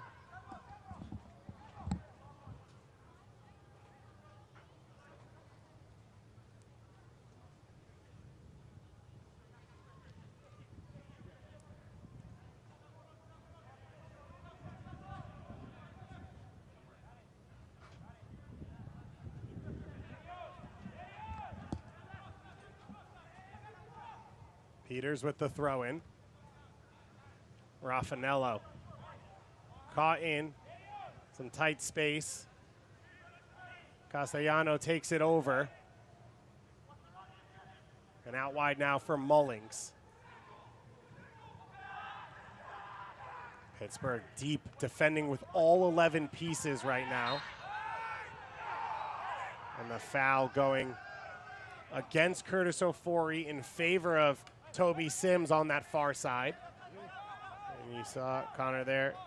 New York trying to take a page out of the Pittsburgh book of that quick switch to open things up down that left side. Yeah, sometimes when you have these wingbacks, there's so much room playing against the back four. There's lots of room behind on the wings, and I think Curtis Ofori is starting to realize that. We've seen him make a couple good runs so far early on in the second half, and clearly took a little knock away from that challenge and getting worked on by the trainers, but it's promising to see. Avante Mullings was very active in that first half. We were waiting to see Curtis Ofori come in the match, but he's clearly found his second wind here. He's been dangerous in near gribble too, hoping he can continue here. Ofori down, getting a little bit of treatment. Big game coming up after this one as the USU 20s are looking for a spot in the Olympics in 2024. Former Red Bull 2 player Caden Clark is in the starting lineup for that team. Paxton Aronson, Brandon Craig, and Quinn Sullivan all made their pro debuts in USL as well, part of that side. And Daniel Edelman will captain the side. We saw him for Red Bulls 2 about a month ago against the San Diego Loyal.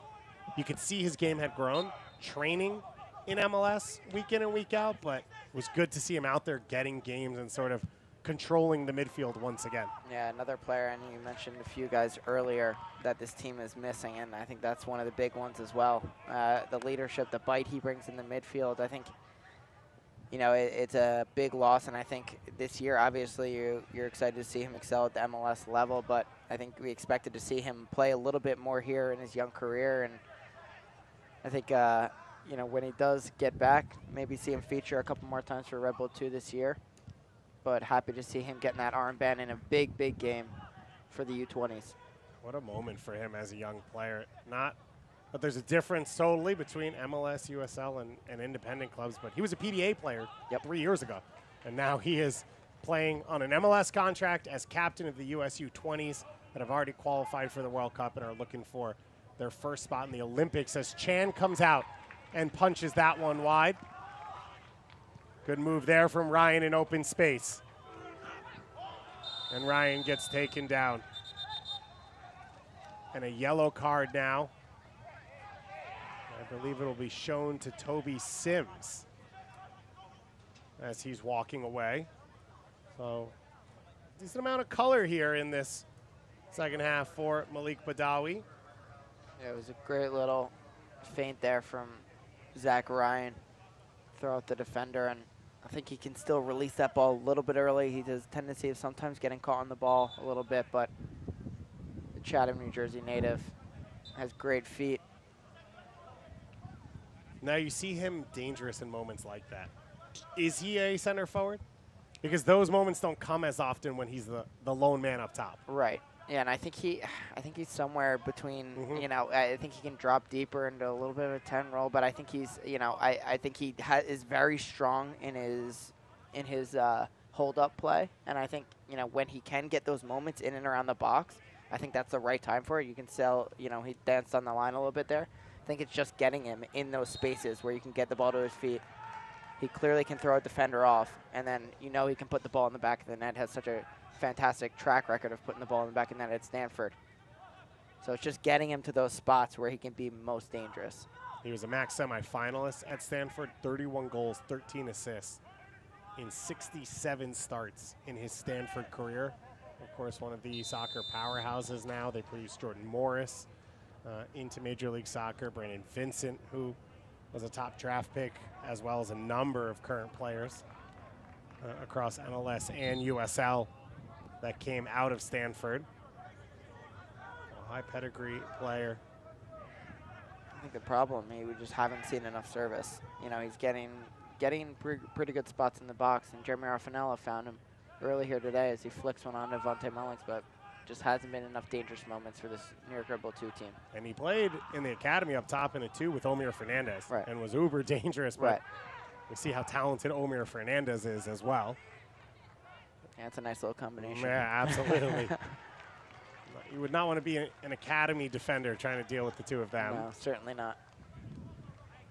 Played with Ben Mines as well, who we mentioned before, one of the youngest goal scorers in Red Bull MLS history, as there are acres of space here for Cicerone now. De Leon trying to chase him. Conte comes over to help. The cutback from Cicerone. He cuts it back again, a third time. The save by Chan. What a save. What a huge moment for Derek Chan, and that's what we saw from him. A great shot stopper when he came in the game for Nicopolidis early on this season. Cicerone just chops ahoy here. Look at him go. And a huge stop, making himself big, getting his legs saved there. And It's a big, big save to keep them in this match. If they can look to get a goal here as Jordan Adebayo-Smith looks to check into this game. So it'll be the second substitution of the game. And this is going to be interesting. We've seen Jordan Adebayo-Smith start a lot of games this year, but seeing him come into a game, a little bit of tired legs, use that speed and stretch the field a little bit. I think it could be a good combination with Zach Ryan here. Just his third appearance off the bench this year as this corner kick's played in and the foul already called. He has started 13 games. So as you said, he has mainly been a starter, 3 goals so far this year. Was a super sub for Tampa last year in the USL Championship, in which he appeared 25 times and only started in 6 games. So not a position unfamiliar to him. And this is what's going to be interesting to see if Zach Ryan's, you know, his role changes a little bit, because now I see him dropping under a little bit, getting on the ball a bit more, and Jordan Adebayo-Smith really stretching behind. But Castellano has been pretty quiet here tonight, so we think there's got to be something getting him on the ball as well, a little bit more combination between this front 3. Ball turned over, and now Pittsburgh back into the attack. Dixon charging down the left side.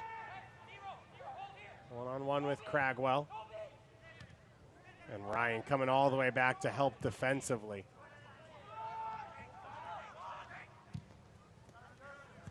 Ordonia is out wide.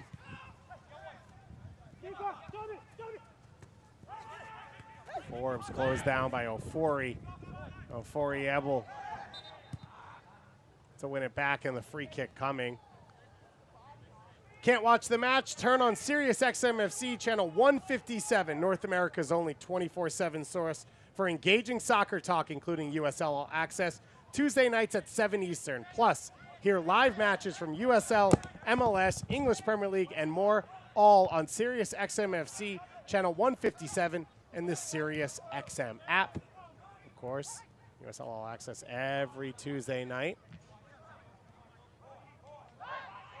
Watson, Devin Kerr just announced they'll do a live show in Louisville for that special USL Showcase weekend, headlined by the rematch of the championship last year. Excuse me, Louisville against Phoenix in that game as Conte bounces around Cicerone.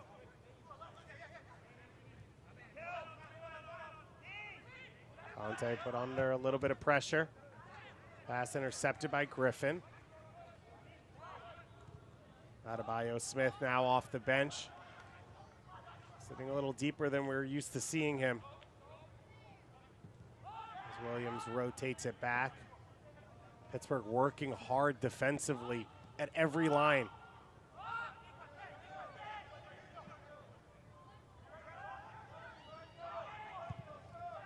And one of the things, we saw the great save from Derek Chan. He's a talented shot stopper. But A.J. Marcucci is special with his feet, as we see a card coming out once again on Rovira.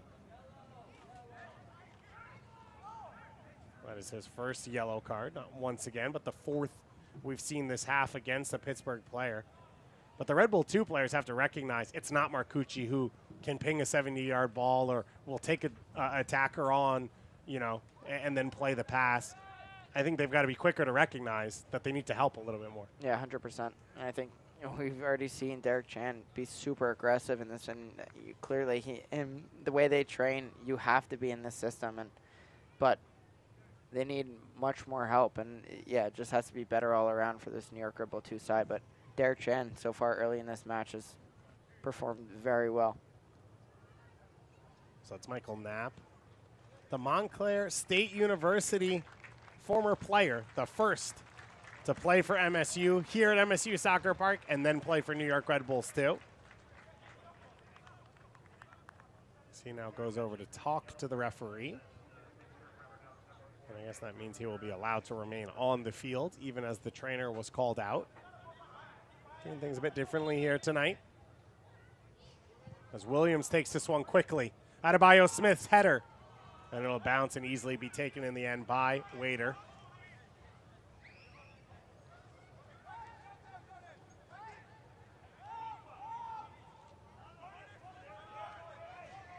had a tough early save to make on a Raffanello shot. Otherwise, it's been a straightforward night for the Jamaican goalkeeper. Sims. Dikwa. Conte intercepts. You talked, Connor, going into halftime about the changes that needed to be made and a lot of it being mental. And feels like Lamine Conte has at least responded here in the second half. Absolutely. He's been much stronger in the second half, really, this whole back line. And I think because they've been better in Pittsburgh's half. They've kept the ball much better. They're being a little bit more calm on the ball. I think this has been a better performance so far. And I think, honestly, the longer this match goes, 2-0, I think there's going to be a little bit of anxiety who's going to creep into the Pittsburgh side. Obviously, like we mentioned, 6 winless matches so far in this stretch. And, you know, New York, if they get an opportunity here, I think that even compacts it. So Bob Lilly agrees with you. That's why Dane Kelly's up on the sideline with his morning training top off. He's got 100 career regular season goals across all competitions that he's played in. As Cicerone's in on goal here, and he beats Jan at the near post. Russell Cicerone putting on a show, his second goal of the game. Russell Cicerone, he's got some great ears on him because he said it's not going to be 2-0 for much longer as he absolutely buries this shot. And look at the run here. Fantastic ball, great ball in from Rovira, and he makes no mistake. Puts it where I don't think any goalkeeper in the world is going to save that one. Upper 90. Look at the power on that, and he's just so confident. 3-0. And we saw him play as a winger and a 10 in college, one of the most creative players. Now, you know, anytime he gets time and space on the ball, he knows he can put it exactly where he wants. And it's not an easy angle for an average player, but Russell Cicerone is not an average player as he powers that one into the corner. Well, looks like that'll be the last touch for Danny Rovira. He will get his 3rd assist of the season on his final touch. As Dane Kelly comes onto the field.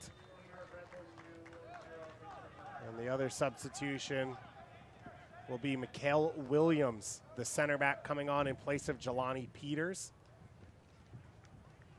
So Rovira off, which pushes Forbes a little bit deeper for Dane Kelly as Red Bulls 2 prepare their substitutions. Felipe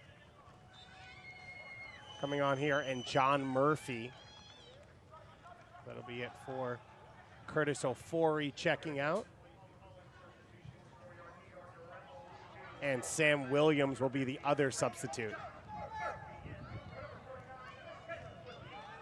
Felipe, I think a player you've been impressed by, has that Red Bull style, low to the ground, shifty, high athleticism, aggressive attacking player.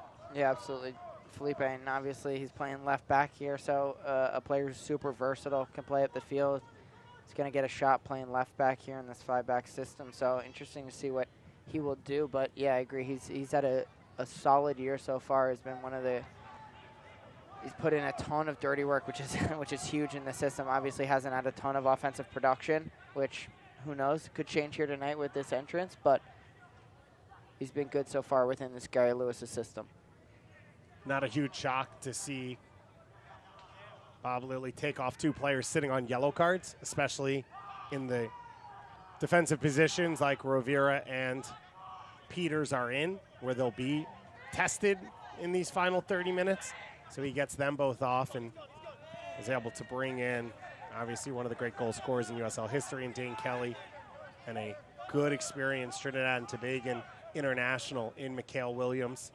30 caps with the national team, started 23 games last year for the Pittsburgh Riverhounds. Good quality on the bench for this Pittsburgh side.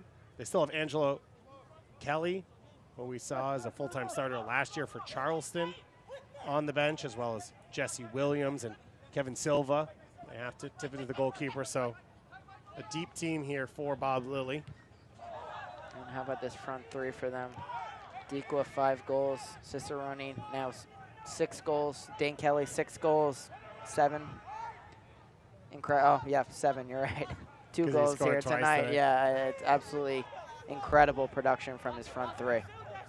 And Dixon holding it down out on the wing as well. Life's good, but you can pull Dan Kelly off the bench. What can I say? Forbes with some space. His shot blocked down by a defender. Adebayo Smith now looking to push the counter attack. Wide for Felipe. Adebayo Smith with a big collision there. And you have to watch out here. It's Danny Griffin sitting on a yellow card who made that tackle. As Red Bulls too take the free kick quickly. Castellano spins on a dime, but his pass is intercepted by Sims. And then Dane Kelly hits the ground off the ball. Matched up there against Daniel De Leon. Dane Kelly now 31 years old out of St. Catherine Parish, one of the great goal scorers in USL history. And you talk about goal scoring, there is Serge Goma. As we said, the game winner last night against Atlanta United. He did it last year for Red Bulls too. Still just 15 years old, out of the Red Bull Academy, one of the special stories in North America right now in soccer. Absolutely, and clearly always a very big supporter of New York Red Bull too. When he's not on the field, he's always at these games, and the future is absolutely very bright for that man right there. Yeah, I was worried. He always sits right there. Yeah. He's always here on time. He scored a goal. It was an 8 p.m. kickoff last night. Could it be big timing? Could it be exhaustion? You didn't know. And then right on time. Level-headed. 5 minutes before the game, Serge Goma walks in and sits down in his seat. So it's good to see. He still has his feet on the ground. Hey, listen, I've got a Sharpie ready for him. I know he's going to have some autographs. So, Serge, when you need a little Sharpie, I'm up here for you, my man. And if you want to see the next Serge Goma, the next Tyler Adams, the next Aaron Long, don't miss a minute of the action in 2022. Whether your club's on the road or at home, catch nearly every second of the USL Championship action on ESPN+, the home to USL, MLS La Liga, Bundesliga, UFC, and more. As Dixon breaks into the box. His layoff blocked, and now Murphy with a chance to clear it as there are 2 balls on the field. Red Bulls 2 able. Push back the other way. What a moment it was last night when Serge Goma scored that goal. I think you could just see the excitement for everyone in the club, in the stadium. He's a Jersey native. Love it. And it's sort of what this whole thing is building. That's right. I mean, this is exactly the types of moments that, you know, why these players come and play Red Bull 2 in the academy, why they're given these opportunities. You know, Serge, he absolutely, no one gave him that moment. That was all earned from him through the hard work. And, you know, especially this season, we saw how disappointed he was walking out of this match, so frustrated with the hamstring injury. Dane Kelly's nearly in on goal there. But, you know, to have a moment like that, all that hard work makes it all worth it there. And definitely got goosebumps when he put that ball in the back of the net. But the confidence that he had as soon as he took that ball off Alex DeJean, he knew exactly what he was doing, and something you love to see from him.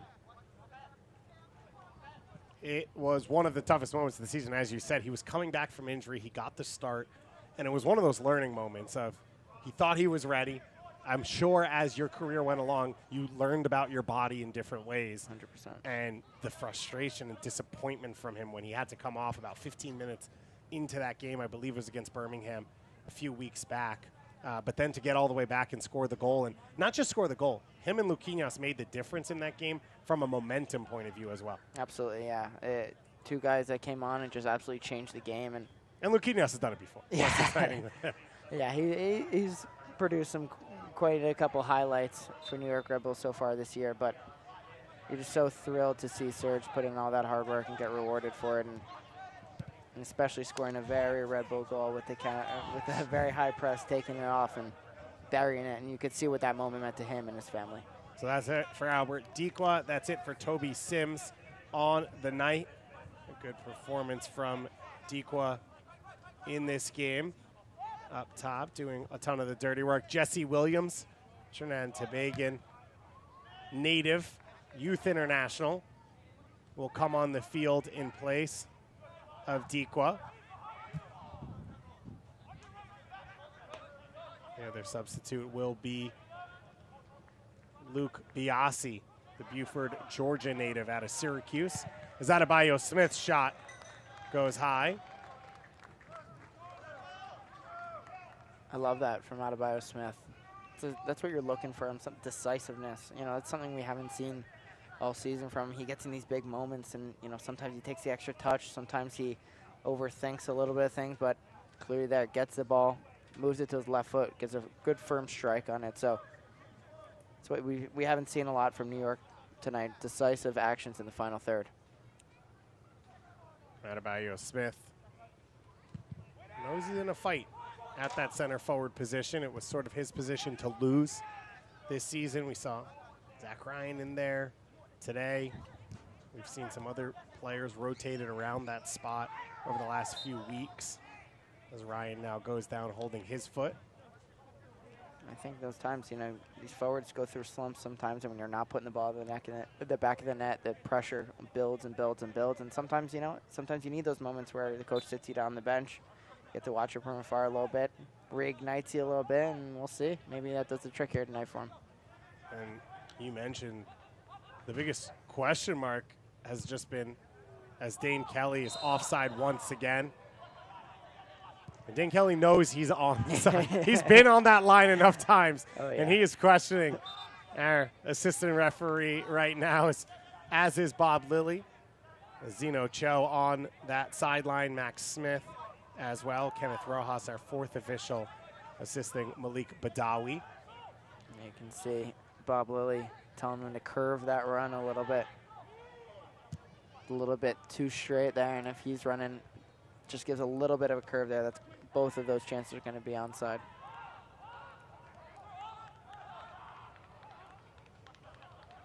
Good touch there from Murphy, but the big tackle by Williams restarts the attack.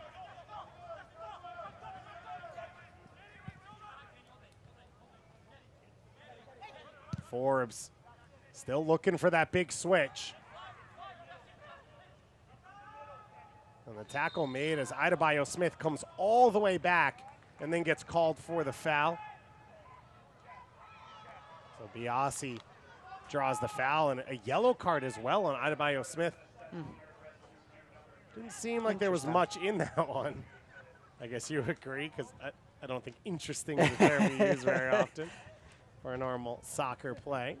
Interesting there. Yeah, I didn't see a whole lot in that. Biasi, full-time starter at the University of Memphis for 3 years before transferring to Syracuse, which has become a soccer factory. Cover your ears. I'm going to say nice things about Syracuse soccer now. They've basically found half the Canadian national team at this point. As Canardo Forbes prepares this free kick. Forbes drills it at the near post, and Chan has to put a hand on it.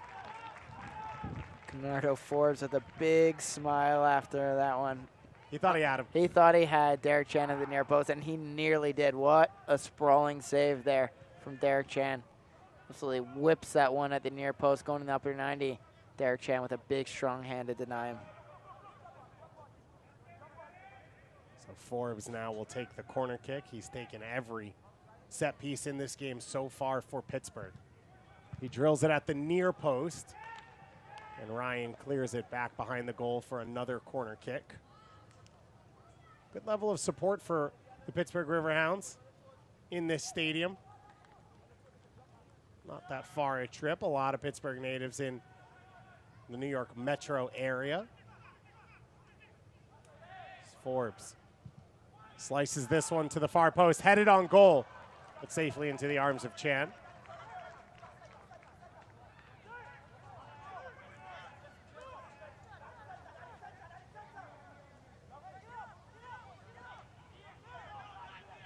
So Chan now will take his time.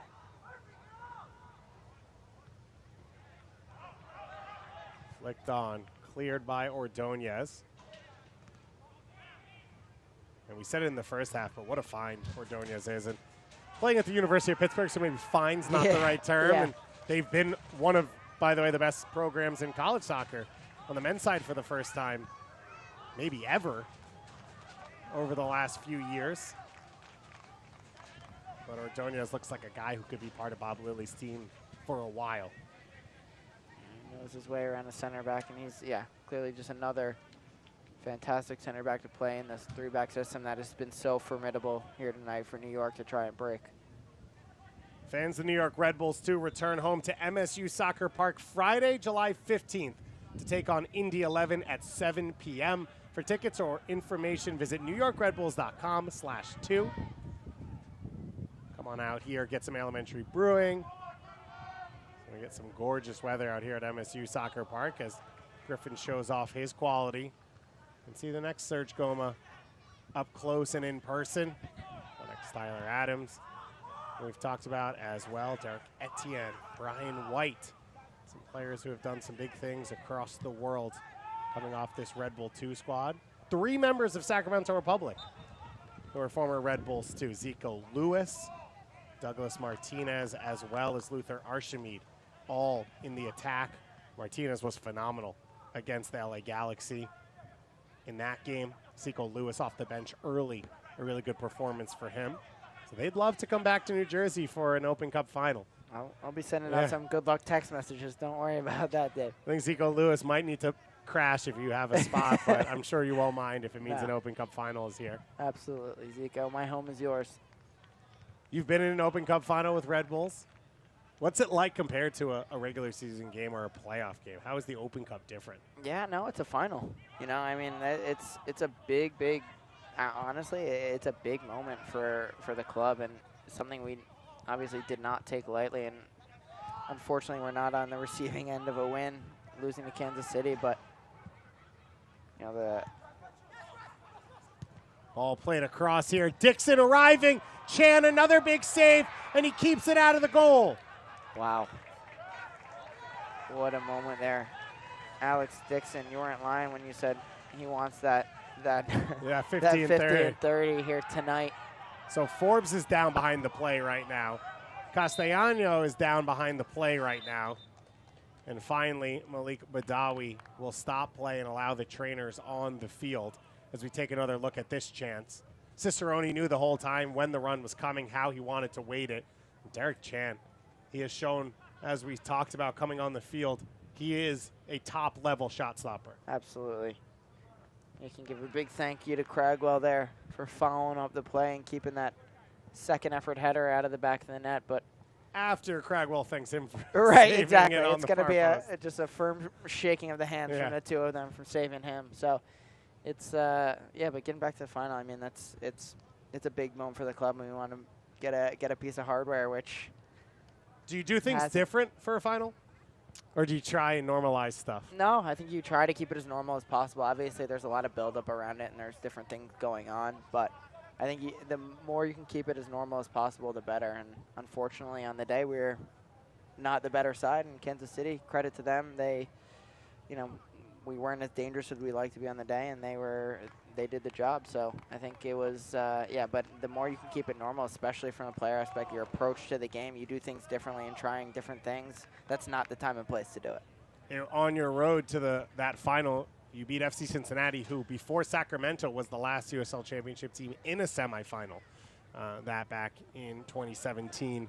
Obviously, that FC Cincinnati team was special. They beat Columbus. They beat Chicago on the road to playing against you guys and going all the way to extra time, as Angelo Kelly will be the one to come on here for Canardo Forbes. And that was probably one of the best environments I played in my professional career. That was something special that they put on there, and really continuing that support in MLS. But what a group of supporters they have, and the whole city rallied around that team. I mean, it really shows you that team started, no one thought of Cincinnati as a soccer city. And within a year under John Harkes with that team, it was, you got to go to Cincinnati. You got to go see a game there. I'm sure, going into that Open Cup game, were excited to play there. The Red Bull 2 players had played there already. And now they've hosted multiple World Cup qualifiers for the U.S. They are one of the soccer markets in the U.S., and it really was that fan experience and fan engagement year one. Yeah, and you can tell, that's what happens when you get amazing supporters rallying around a team and providing a great experience, and you get rewarded for it. So credit to Cincinnati. Pittsburgh, I would say, one of the best atmospheres in the USL Championship right now. Highmark Stadium right on the banks of the river. One of the 3 rivers, I don't know their names. I think the Allegheny might be in there. The Puxatawny, that's wrong. I'm now doing a bit. I don't want to get Pennsylvania people to get mad at me. I think it is the Allegheny River that one runs of right them there. is. Yeah. Oh, you think that's the one that runs right? Yeah. No, of course we're right. Yeah. Sure. But it is one of the coolest places to see a soccer game. You get the train coming by as well. You watch from afar. You go in person. It's pretty special. And there are a lot of cool atmospheres around the USL Championship now. Colorado Springs Switchback. We talked about their July 4th game coming up. They've built their own stadium. They have packed that place. Of course, Louisville opening Lynn Family Stadium as well. I think Detroit does okay for themselves as Yeah, well. they don't do too bad. Got themselves a big Open Cup win against Columbus this year at Keyworth Stadium. Big win there from Cragwell. Mullings there in a battle. He comes away with it cleanly. So 5 subs used for Pittsburgh, so they are done for the game. New York has only used 4 subs in 2 moments. So they could make one more change if Gary Lewis wanted to here in the final 5 minutes of this one. It was a bright start for New York Red Bulls too in the opening 10 minutes. A couple shots on goal, some opportunities through Jeremy Raffanello, but Alex Dixon put all that to an end with his 12th minute goal on the counterattack. 7 minutes later, Russell Cicerone with a good 1v1 finish against AJ Marcucci, who was forced out with an injury at halftime of this game after a collision. We're hearing it was contact to his neck that forced him to be taken off in a stretcher. We're hoping the best for him and his family. And then Russell Cicerone closed things out as of now for the goal scoring himself off the assist from Danny Rovira here in the 67th minute to make it 3-0. I think you could say that one the nicest goal we've seen tonight, although Alex Dixon might debate that. Yeah, we'll probably debate that into the night here, but certainly one sticks in the mind with the type of power he put behind that ball, but Alex Dixon probably have an argument there. So Angelo Kelly coming on here, 27-year-old out of Iowa. 17 starts last year in central midfield for Charleston. His final of his 3 years playing with Charleston Battery in the USL Championship. Chan with a header to a dangerous spot. Thought Dixon was going to shoot that off the first touch as he goes wide now. Opportunity coming. De Leon with the interception.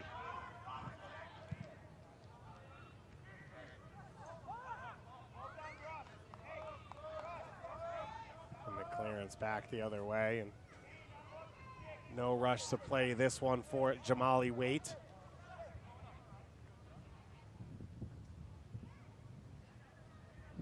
Waite, a fantastic career at FDU right down the street here in New Jersey. 40 appearances, first team all tournament as he led FDU to the NCAA tournament. And now he comes back to New Jersey and gets what looks like will be the first win for the Pittsburgh Riverhounds in their last 7 games. And all of a sudden vaults them up into 4th place in the Eastern Conference for the night, with big games coming up the rest of the weekend here on July 4th weekend. Games all the way through Monday. Pittsburgh now will wait to see what happens for Detroit City. They host Las Vegas, or they head to Las Vegas, excuse me, tomorrow night. Birmingham heads to Louisville. And the Indy 11, the final team in the playoffs right now, they host Miami FC. So some big games right behind Pittsburgh for them and their fans to watch.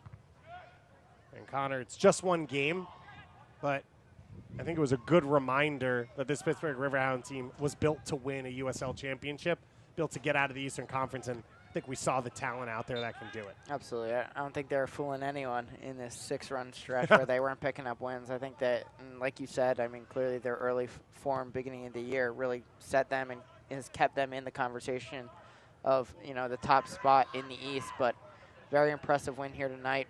Professional, totally professional win from them. Credit to them. They're the better side. And I think that, you know, now that they get a little bit of momentum, I think sky's the limit for this team. Won't be surprised if they start a couple more wins up after this. Slide tackle there from Conte. As we enter a minimum of 3 minutes of stoppage time. Cicerone sitting on a hat trick out there still on the field.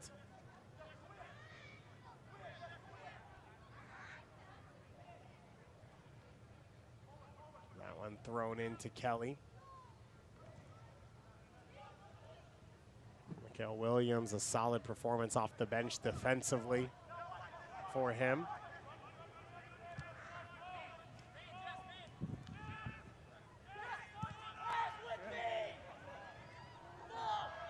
And this one slides past the goal, and it's cleared away by Cragwell. Alex Dixon yet again, looking for what could have been his 4th goal of the night. Great hustle there from Cragwell to break up the play because Dane Kelly was right on the back post waiting to put that one in the back of the net.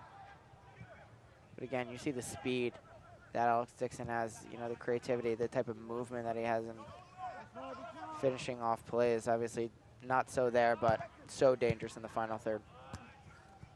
Dixon once again on top of this one. He smells another goal for his side. And his cross is put out for a corner kick as we enter the final minute of the minimum of 3 minutes of stoppage time.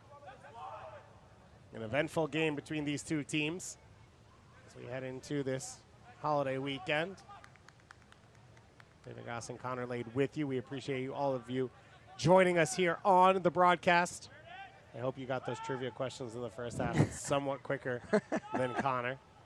Hopefully you heard the question correctly. The best part would be if the trivia was just incorrect. Yeah. And I was the one who was wrong. Dixon with the cross played in, knocked down at the near post, but off of Kelly, who thought that ball was going to be played a little bit higher for a flick on.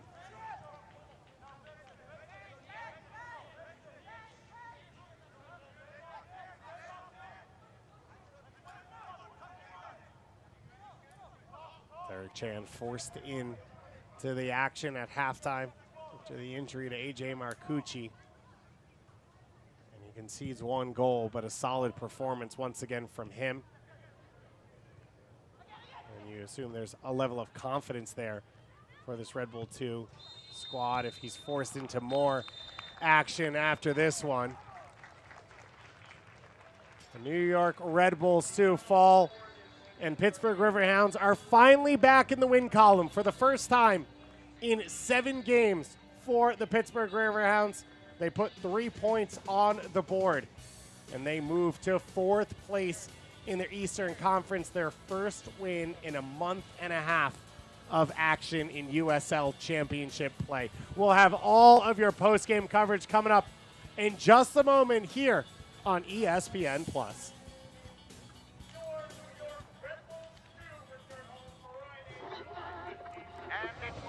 Closest to the rail, around the back turn, and here the horses come. Maverick is moving up the outside, and there is no distraction. It's Maverick coming down to the 8 hole. Liberty building. He comes down to the line again. There, that shoots over a goal. He's the wire, and Add drama to every drive. The exhilarating Audi SUV family.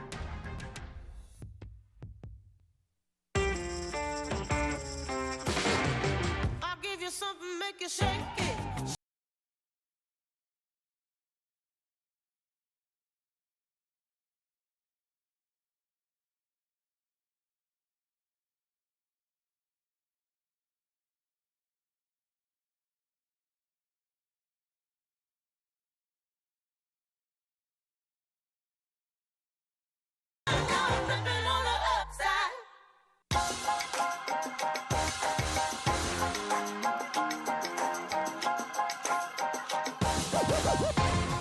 Agnello with the shot now, and New York Red Bulls 2 take the lead.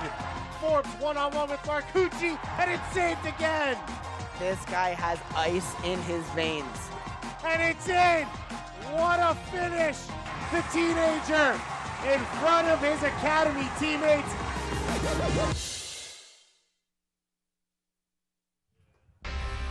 United Soccer League Championship cannot be retransmitted, rebroadcast, or reproduced without the expressed written consent of the United Soccer League Championship.